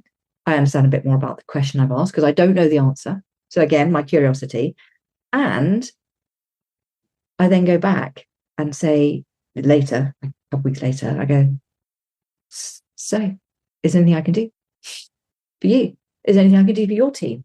So there's a kind of trust piece there, a value-led piece. There's so much there, and it totally and utterly aligns with my values, which is give, give, give. As you've been saying, show good work, show yourself, show the authentic, fun, silly Anise, who also is still, I show up as all of me, which is the same person you have in the room. If you were to bring me into Dubai or Chicago, where I've been recently this year, you get that person, and she comes in, she gives you all of that. You get mirrors all around, you get impact, blah, blah, blah, blah, blah, blah. And your team goes away collaborating much better than they've ever collaborated. And that's a new pipeline I've been using, and that's been phenomenal. Really phenomenal. Yeah. It reminds me, and I say this because it's a value, not because it's a coach's journey, but Robbie's flywheel, it's that opportunity to experience you more. But the fact that it doesn't say how to do it, it's find the way that works for you. And it sounded like, it's a great way to facilitate conversations that pique your curiosity, but is of real value to everyone. And then allows you to create that or deepen that connection you've already got with some of those people as well. Yeah. That I hadn't twigged actually that you're right. That he does speak about that. Just and Rich as well, doesn't he? Just that, just get them to get a real feel for you. Your substance, your presence that you bring into the room, whatever that might be, virtual or in person. And actually, something you mentioned that which I have to labour on, but came to mind is the value of having a mentor as well. Because I think it could be easy, as I've noticed myself as a coach, sometimes going, but mentoring is nowhere near as good as coaching. But it's really helpful if you don't know or are new to a certain area to have someone who's further down the track can support you and offer ideas, and mentorship in starting and running your business can be really valuable. Totally. So I mean, I've got two mentors. One is the business one, like I said, and the other one is the person who sort of spotted me across the room and said, you've got the skills. And through him, I've learned how to craft presence, team coaching presence. And so it's kind of like he allowed me to take my coaching skills and upgrade them by being to the skill of team coaching. So I've been incredibly, I'm very grateful to have both of those people in my life who mentor the team coaching, the skill of coaching, and the business side. And I think that it is very valuable to find those people in your lives. And we've come to that team coaching piece, Anise. You mentioned getting to try it out with a client's team, but tell me more about, I suppose, your journey, because from reading your work now, it sounds like team coaching is really at the heart of what you do. So how did that pivot happen and that move into team coaching? I think the pivot was that day when I walked out of that freebie that I did, and just recognized that, this is all of me.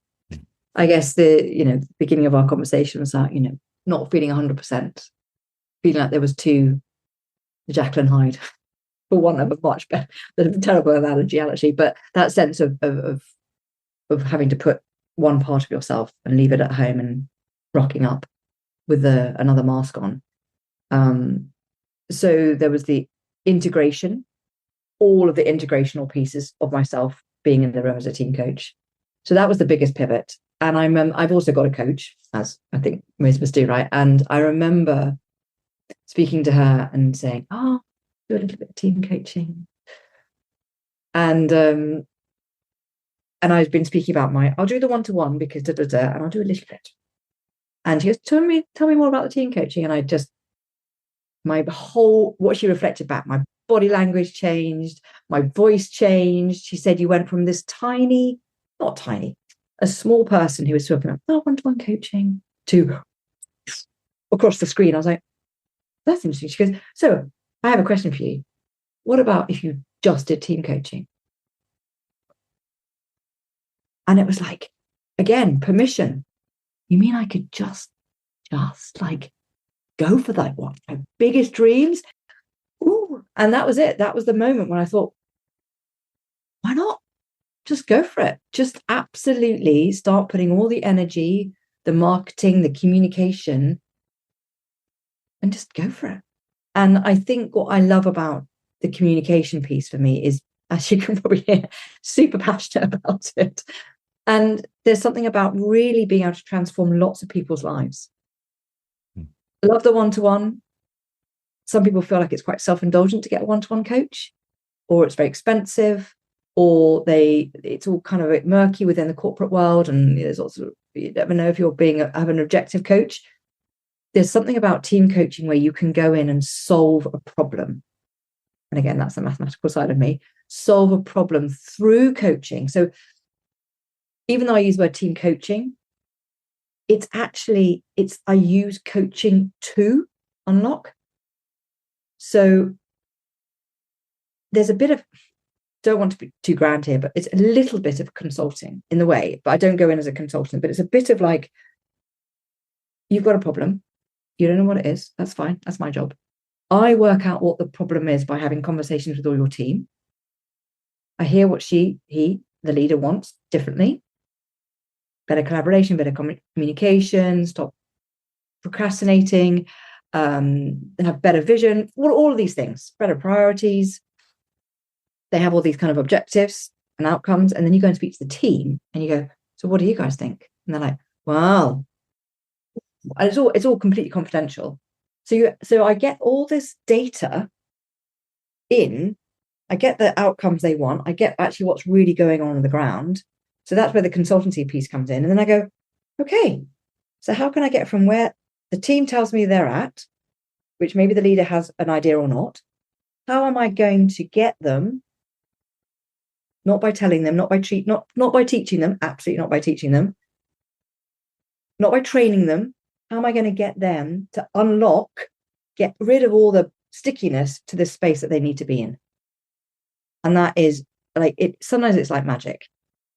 But it is just incredible. So there's just so much unlocking that goes on, and it's using coaching skills for sure, as well as lots of other bits and pieces, discussions, Socratic moments, a little bit of training, like, the change curve and things like that. But it's more like, this is a model. How do you guys fit into it? So that's a tiny weeny bit of training in there. But yeah. But going back to why I enjoy it is because I can speak about it in a much more, this is really important to your business, rather than me just coaching you, Alex, as a CEO. Of course, you can transform your business by having a conversation, which is really important. But I can have more impact if I come in and do you and your team. And that is my that's my golden thing of actually being able to do both, the leader and the team, because then you have there's the hand can, what's the analogy? The hand who doesn't, the thing about one thing can't see the other.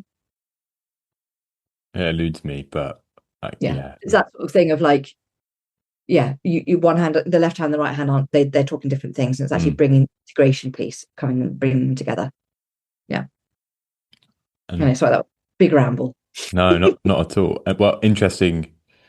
Both finding the thing that stood out to me, finding that thing that really lights you up and brings all parts of you into what you do, and how you can, drawing on all the things that we started talking about, that Socratic dialogue piece, the stuff you learned forged in the classroom, and then melding it with the coaching skills that you've learned as well. But also noticing that passion and excitement, and finding the way that really resonates with you and with others about speaking about it as well, because it's an assumption, but I feel like what I can say confidently is, if we really believe in it and have seen the difference, we can really speak about it in a way that feels genuine and authentic, and that we're excited to talk about as well. Oh, completely. Yeah. Yes. And I mean, it's just so interesting, isn't it? Body language. I mean, you were asking about NLP earlier. I mean, body language is so much part of that. if you you say, we spoke about this right when we first met each other, the energy which you can speak about why you coach, why you do thought partnership, why you do team coaching, and this is the value I bring, and this is how much money you have to pay me to get that value, and that just the body language that goes, rather than going, oh, and if you don't mind paying me a little bit of money, that'd be really great. That sort of is about getting to a space where you can speak about it with confidence and openness and know your value and not back down from that. That's an important part of the business model. Yeah, and we've probably covered these things, but bringing them in again now, what are the things that have helped you, I suppose, stand in that value and convey it? Other team coaches telling me, don't you dare charge that tiny amount of money. That's for the reputation of every other team coach out there. Do not. I'm like, okay. So that's quite nice, being told that actually don't sell your services short, because it's disingenuous to the rest of us. And when there's something about doing it for other people can kind of give you that sense of permission. So that was, on a serious note, that was really important. Also, the other thing is that I think I did a piece of work I was very lucky. I'm going to use that word, lucky. I was in the right space at the right time, and someone asked me to do some work for McDonald's, which was an absolute coup. And I remember thinking, again, with my little imposter hat on, thinking, I don't really know how much value I'm really going to bring to the party. They think I've got value, but do I really? That real kind of like little voice. I'm thinking, oh, this is a big firm. I mean, we all know the brand. And these people are super smart. I don't have a problem with the smart piece, but it's what am I going to tell them they don't know? And I knew within 5 minutes of being in that room and just greeting people as they walked in and having conversations, that every book that I had read, every conversation I'd had, every coaching, every bit of training that I have had in the last 3 decades, because obviously, like we were saying, I've done the self-development thing since I've been like 16. All of that was on show. It was not about, do I know this model or do I know this business book or whatever. It was about, who am I in the room and what can I have, and we were talking about flexing earlier, access to. There was a guy in the room who said, I'm really struck by when you asked us about what's going on with us in McDonald's at the moment and what's going on in the external environment and how is that affecting us and how is that impeding into our teams. And we all came up with all this negative stuff, but none of us have spoken about the positive things. And suddenly what came out of my mouth was just like, again, going back to the NLP, it's amazing. If the brain's looking for the negative, guess what? It will spot the negative. But if we actually train the brain to look at the positives, guess what? And everyone in the room was like, we have choice. And I was like, my gosh, they're all looking at me, because it was just like, yeah, but this is a given, right?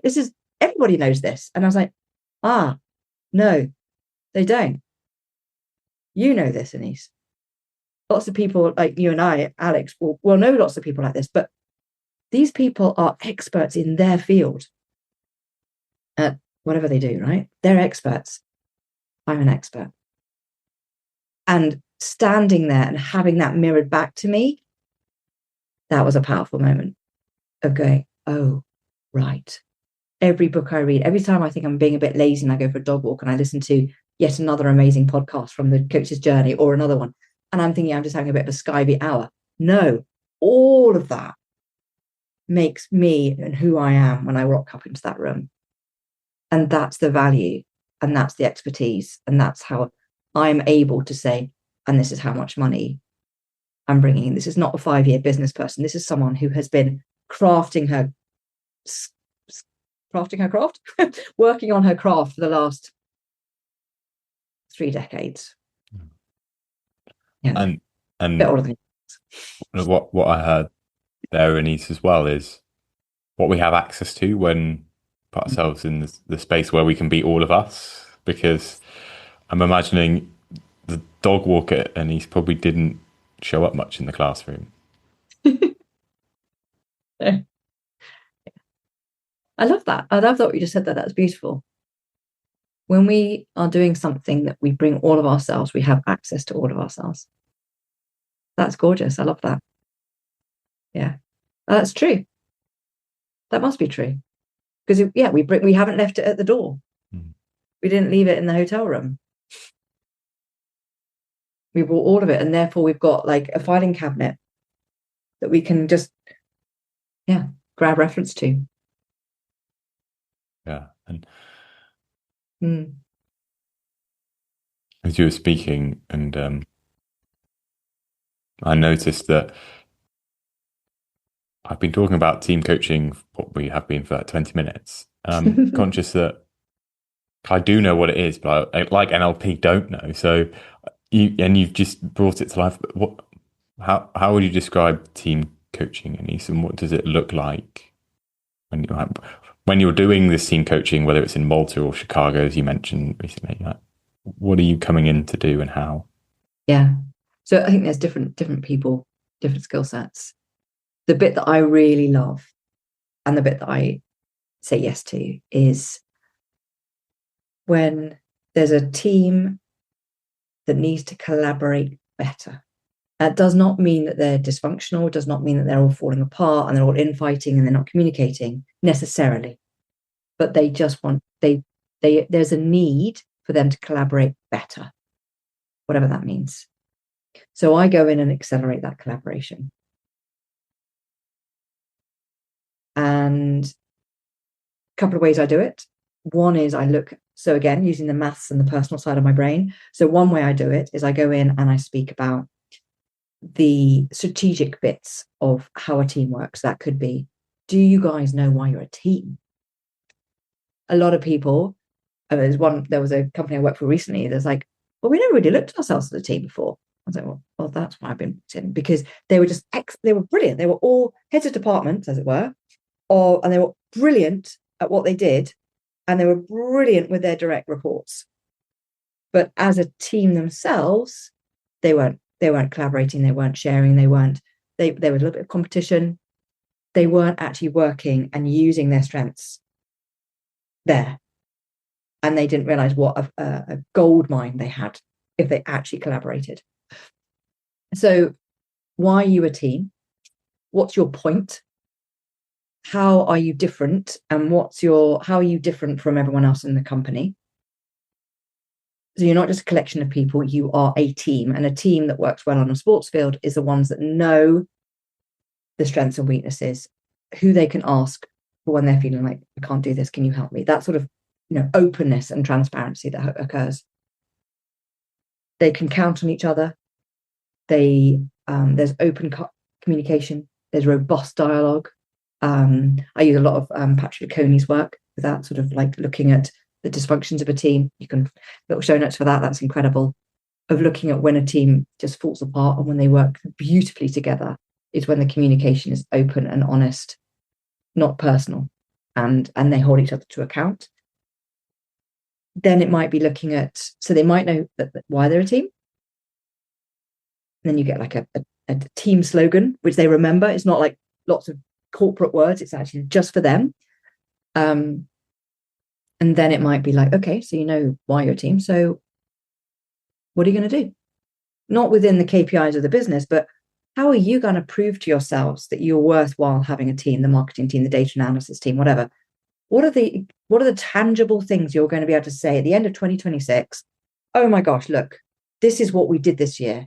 We got, we've accelerated, I don't know, financially great. The finances are a hard one actually, because often it's multifaceted, but we got awards here. We've got people are talking about us this way. There's tangible things that they can say.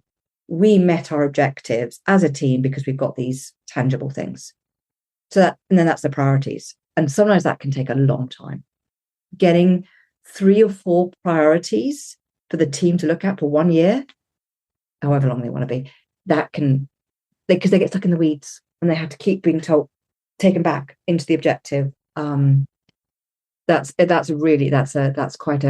be quite sticky depending on the team. then once they kind of get that sorted, then it's often, okay, so how are you going to behave? What's your culture? What's your team culture that's going to allow you to behave brilliantly and hold people to account and call them out when they're not, so that you get the priorities, which, it's all this kind of like ladder thing. And then ways of working. Okay, great. But how are you going to work?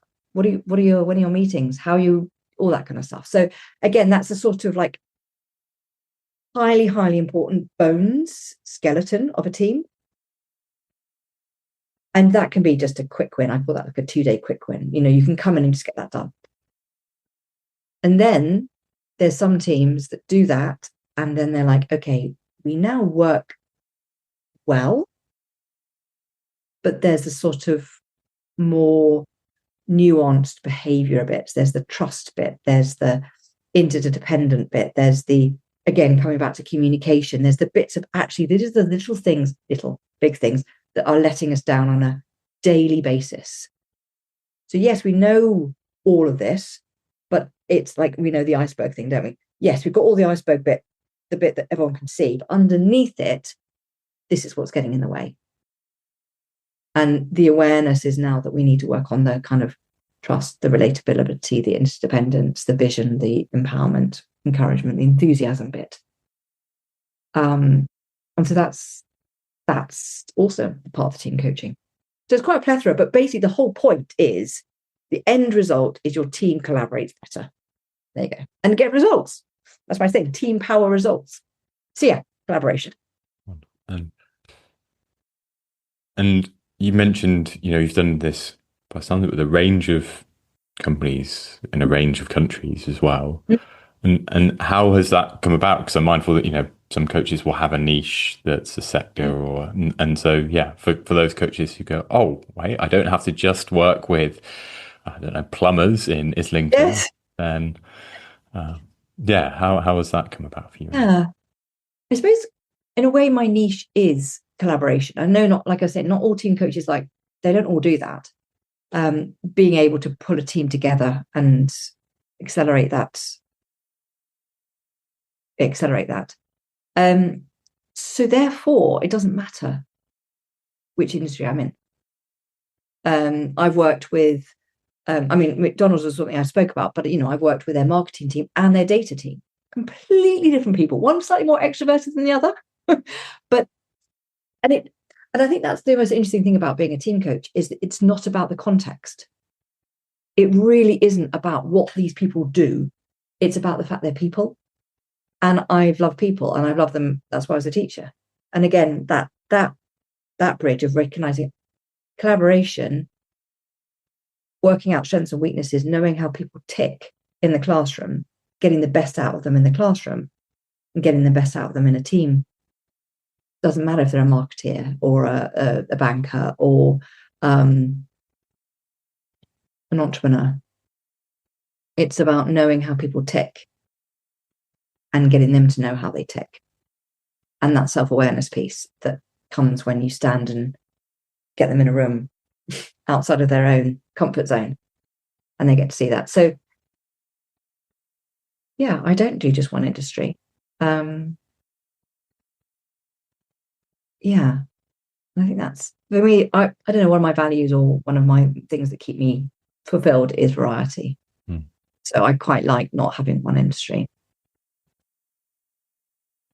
And as you say, I can see how the executive roundtables really feed into the pipeline of being able to work with a range of teams across a range of sectors. Yeah, because you're right. So some of this is Diageo or Cisco or people that come around the round table, and totally different on one level, but actually people. Yeah. And so I'm aware we've probably got about 15-ish minutes. And the great thing about the podcast is I can say that, and it might be more and it might be less to an extent, but mindful with that, and that I could definitely ask you more than 15 minutes of questions. I think we haven't touched on yet that you'd really love to explore for a bit. What have I written down? things that we haven't spoken about. You said you wanted to speak a little bit about growing into people, going into yourself. You were saying that might be something to come back to. Not necessarily my growing into myself, but you were saying about coaches. That was something you said. And maybe you also said we could come back to, I've got the word uncertain written down, that sense of like being comfortable with uncertainty. Maybe they're interrelated. They're probably interrelated, aren't they? Yeah. Yeah. But what was about those things that you thought were interesting? Yeah. Great catching me about to throw a question at you about those. Thanks, Anise. To the stage now. There you go. Well, one of the things to bring in as well maybe is the joy and laughter piece as well that you mentioned and really stuck out on reading your work on your website. And I suppose they're all connected, aren't they? The growing into yourself and the uncertainty and the joy and laughter. And yeah, maybe I'm curious. So maybe my hypothesis is that those are all parts of running a coaching business, and probably if we forget one of them, it's not going to be sustainable in both material terms and energetic and fulfillment terms. Yeah. Because growth almost always, I think, has to involve some uncertainty, and change is an ever constant. So there's always opportunity for growth. But if we're not mindful, we're probably not growing in a way or into something that will bring us more joy. So if they're my musings on those three words that three ideas you've offered up, Anise. How much does that resonate with you? And if so, can you see that in your own journey to where you are today? I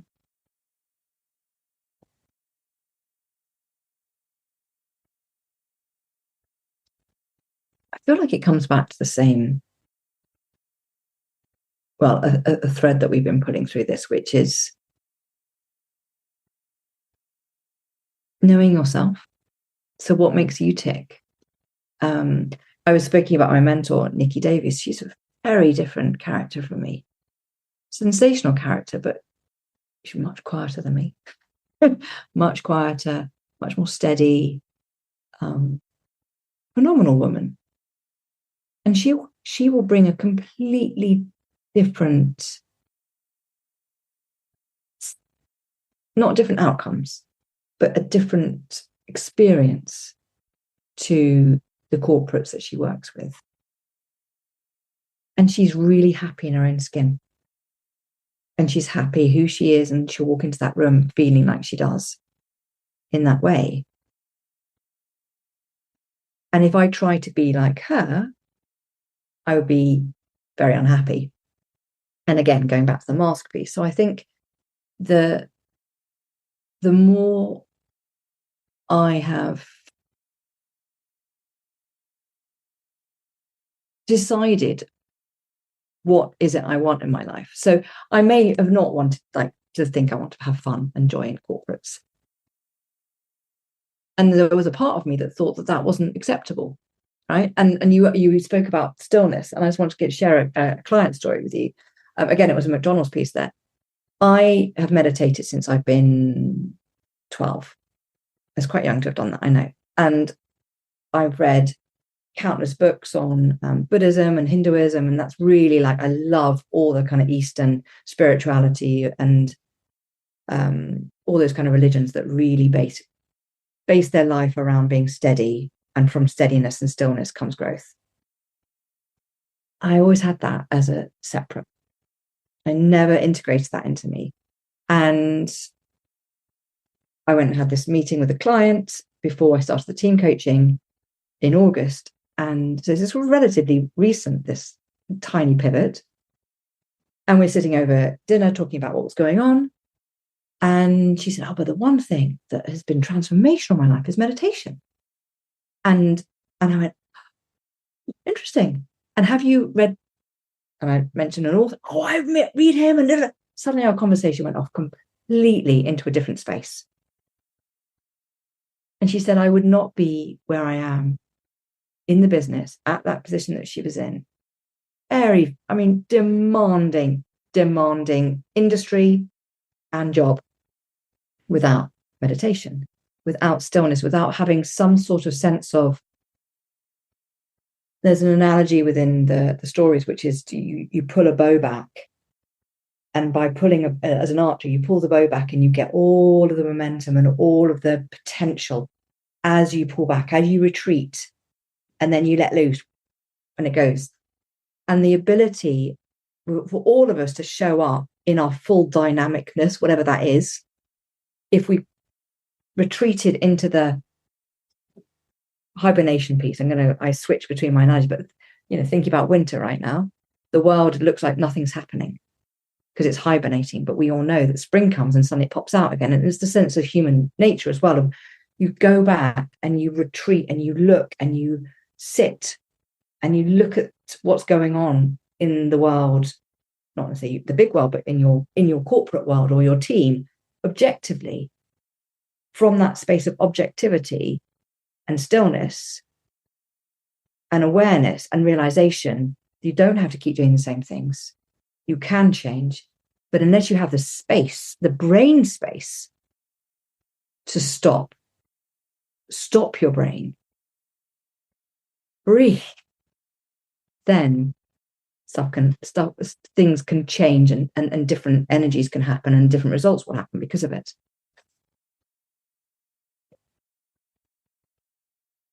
I don't know where I was going with that. About growing into myself, maybe just that integration piece of I don't know where I went with that. Sorry, Alex. I think it was about accepting all of myself and recognizing that it has benefits. And as coaches, we've got lots and lots and lots of things going on within us and have different parts within us. And the coach that can bring all of that into the room, virtual room, one-to-one room, whatever room they're in, going back to your point, your brilliant point, that you have access to all of that. And to add to that point, it feels like you're making here is, and to access that, we need to know it, and to know that often requires some stillness as well as some curiosity. Yeah. And which reminds me of the connection I thought to make earlier, but the power of curiosity is highlighted in that moment your own coach went, tell me a bit more about this team stuff. And it's just been wonderful. And I inhale deeply to avoid asking many more questions. But maybe just, you touched on it a little bit earlier, but if you were to offer some advice to listeners who are at various stages of their coaching business, and or more advice, what advice you'd wish you'd known when you were starting out, what might you offer?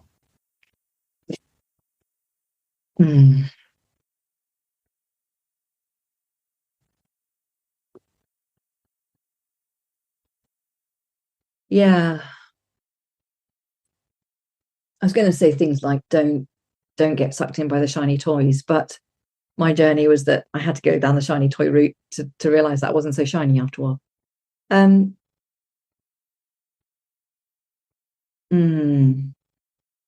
Try as quickly as possible.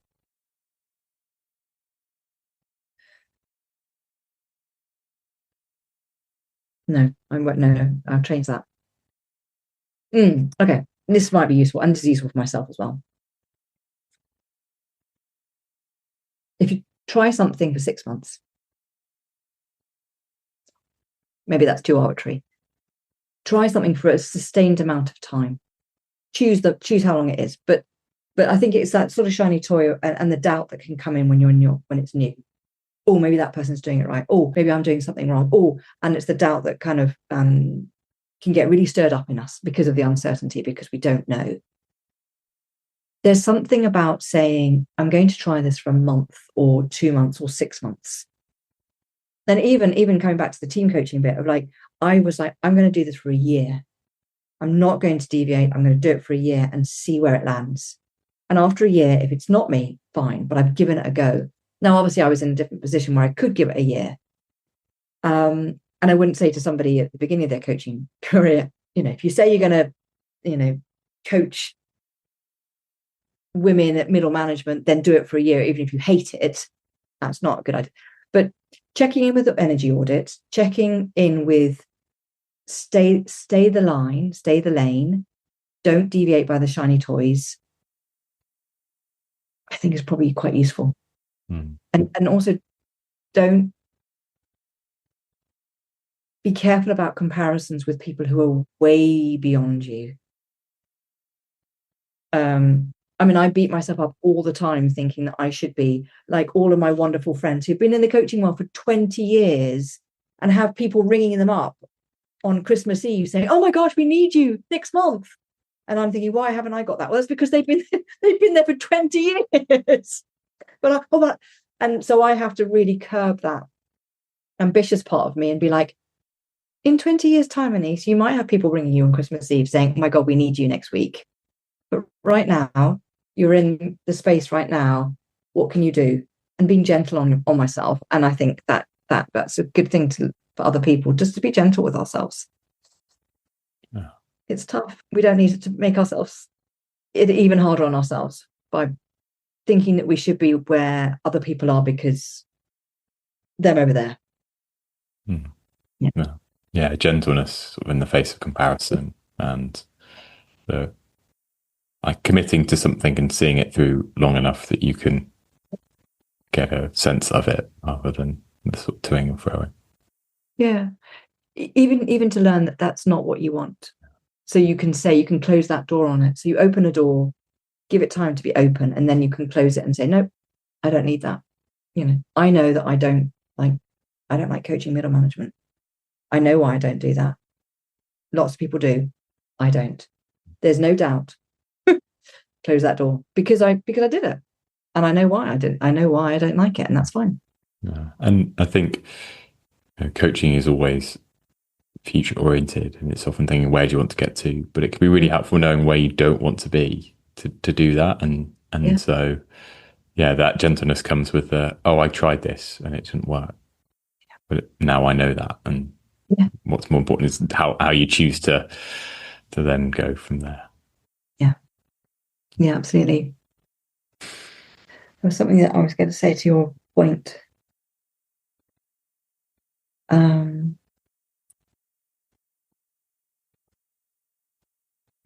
it might come back. If we've got time, it might come back. Who knows? Yeah. If not, it'll be a lovely sort of postscript that I can add in. And he sent me an email that said, so yeah. Or it just means, in a year's time, we'll just have to have you back, Anise. Oh. Because I've still got half a page of questions I didn't ask you anyway. But yeah, Anise, this has been a really wonderful conversation, putting on those threads of curiosity and stillness in particular. And thank you very much. And really can't wait to hear where things go in the future. Thank you.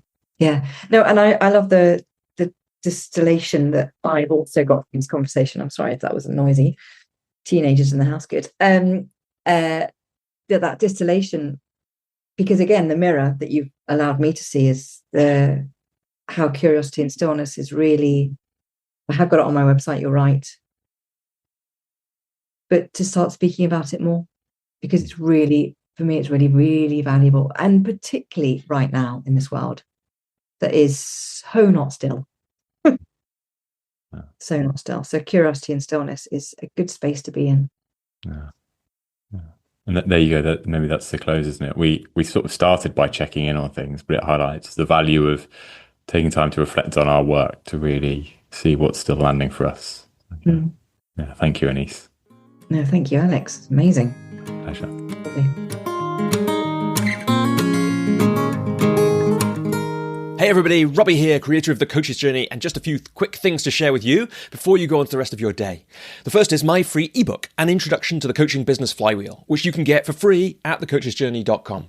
It's my attempt to boil everything I've learned from my years supporting, coaching, and interviewing coaches about their businesses into one simple model containing the fundamentals of any sustainable coaching business. They're the only things you have to do to have a sustainable coaching business, and the things that if you don't do them, you can't have a sustainable coaching business. Get it for free at thecoachesjourney.com. And you can also work with me as a coach. You can find out more about my group coaching for coaches at thecoachesjourney.com, or reach out to me directly via robbieswale.com to speak to me about one-to-one work together. Thanks so much to everyone who's supported the Coach's Journey over the years, but in particular, thank you to Alan Bedding, Jessica Jem, Christina Matai, Annie Davidian, and Rachel Burton for your ongoing support. Thank you too for listening, and we hope to have you back with us on the Coach's Journey podcast sometime soon.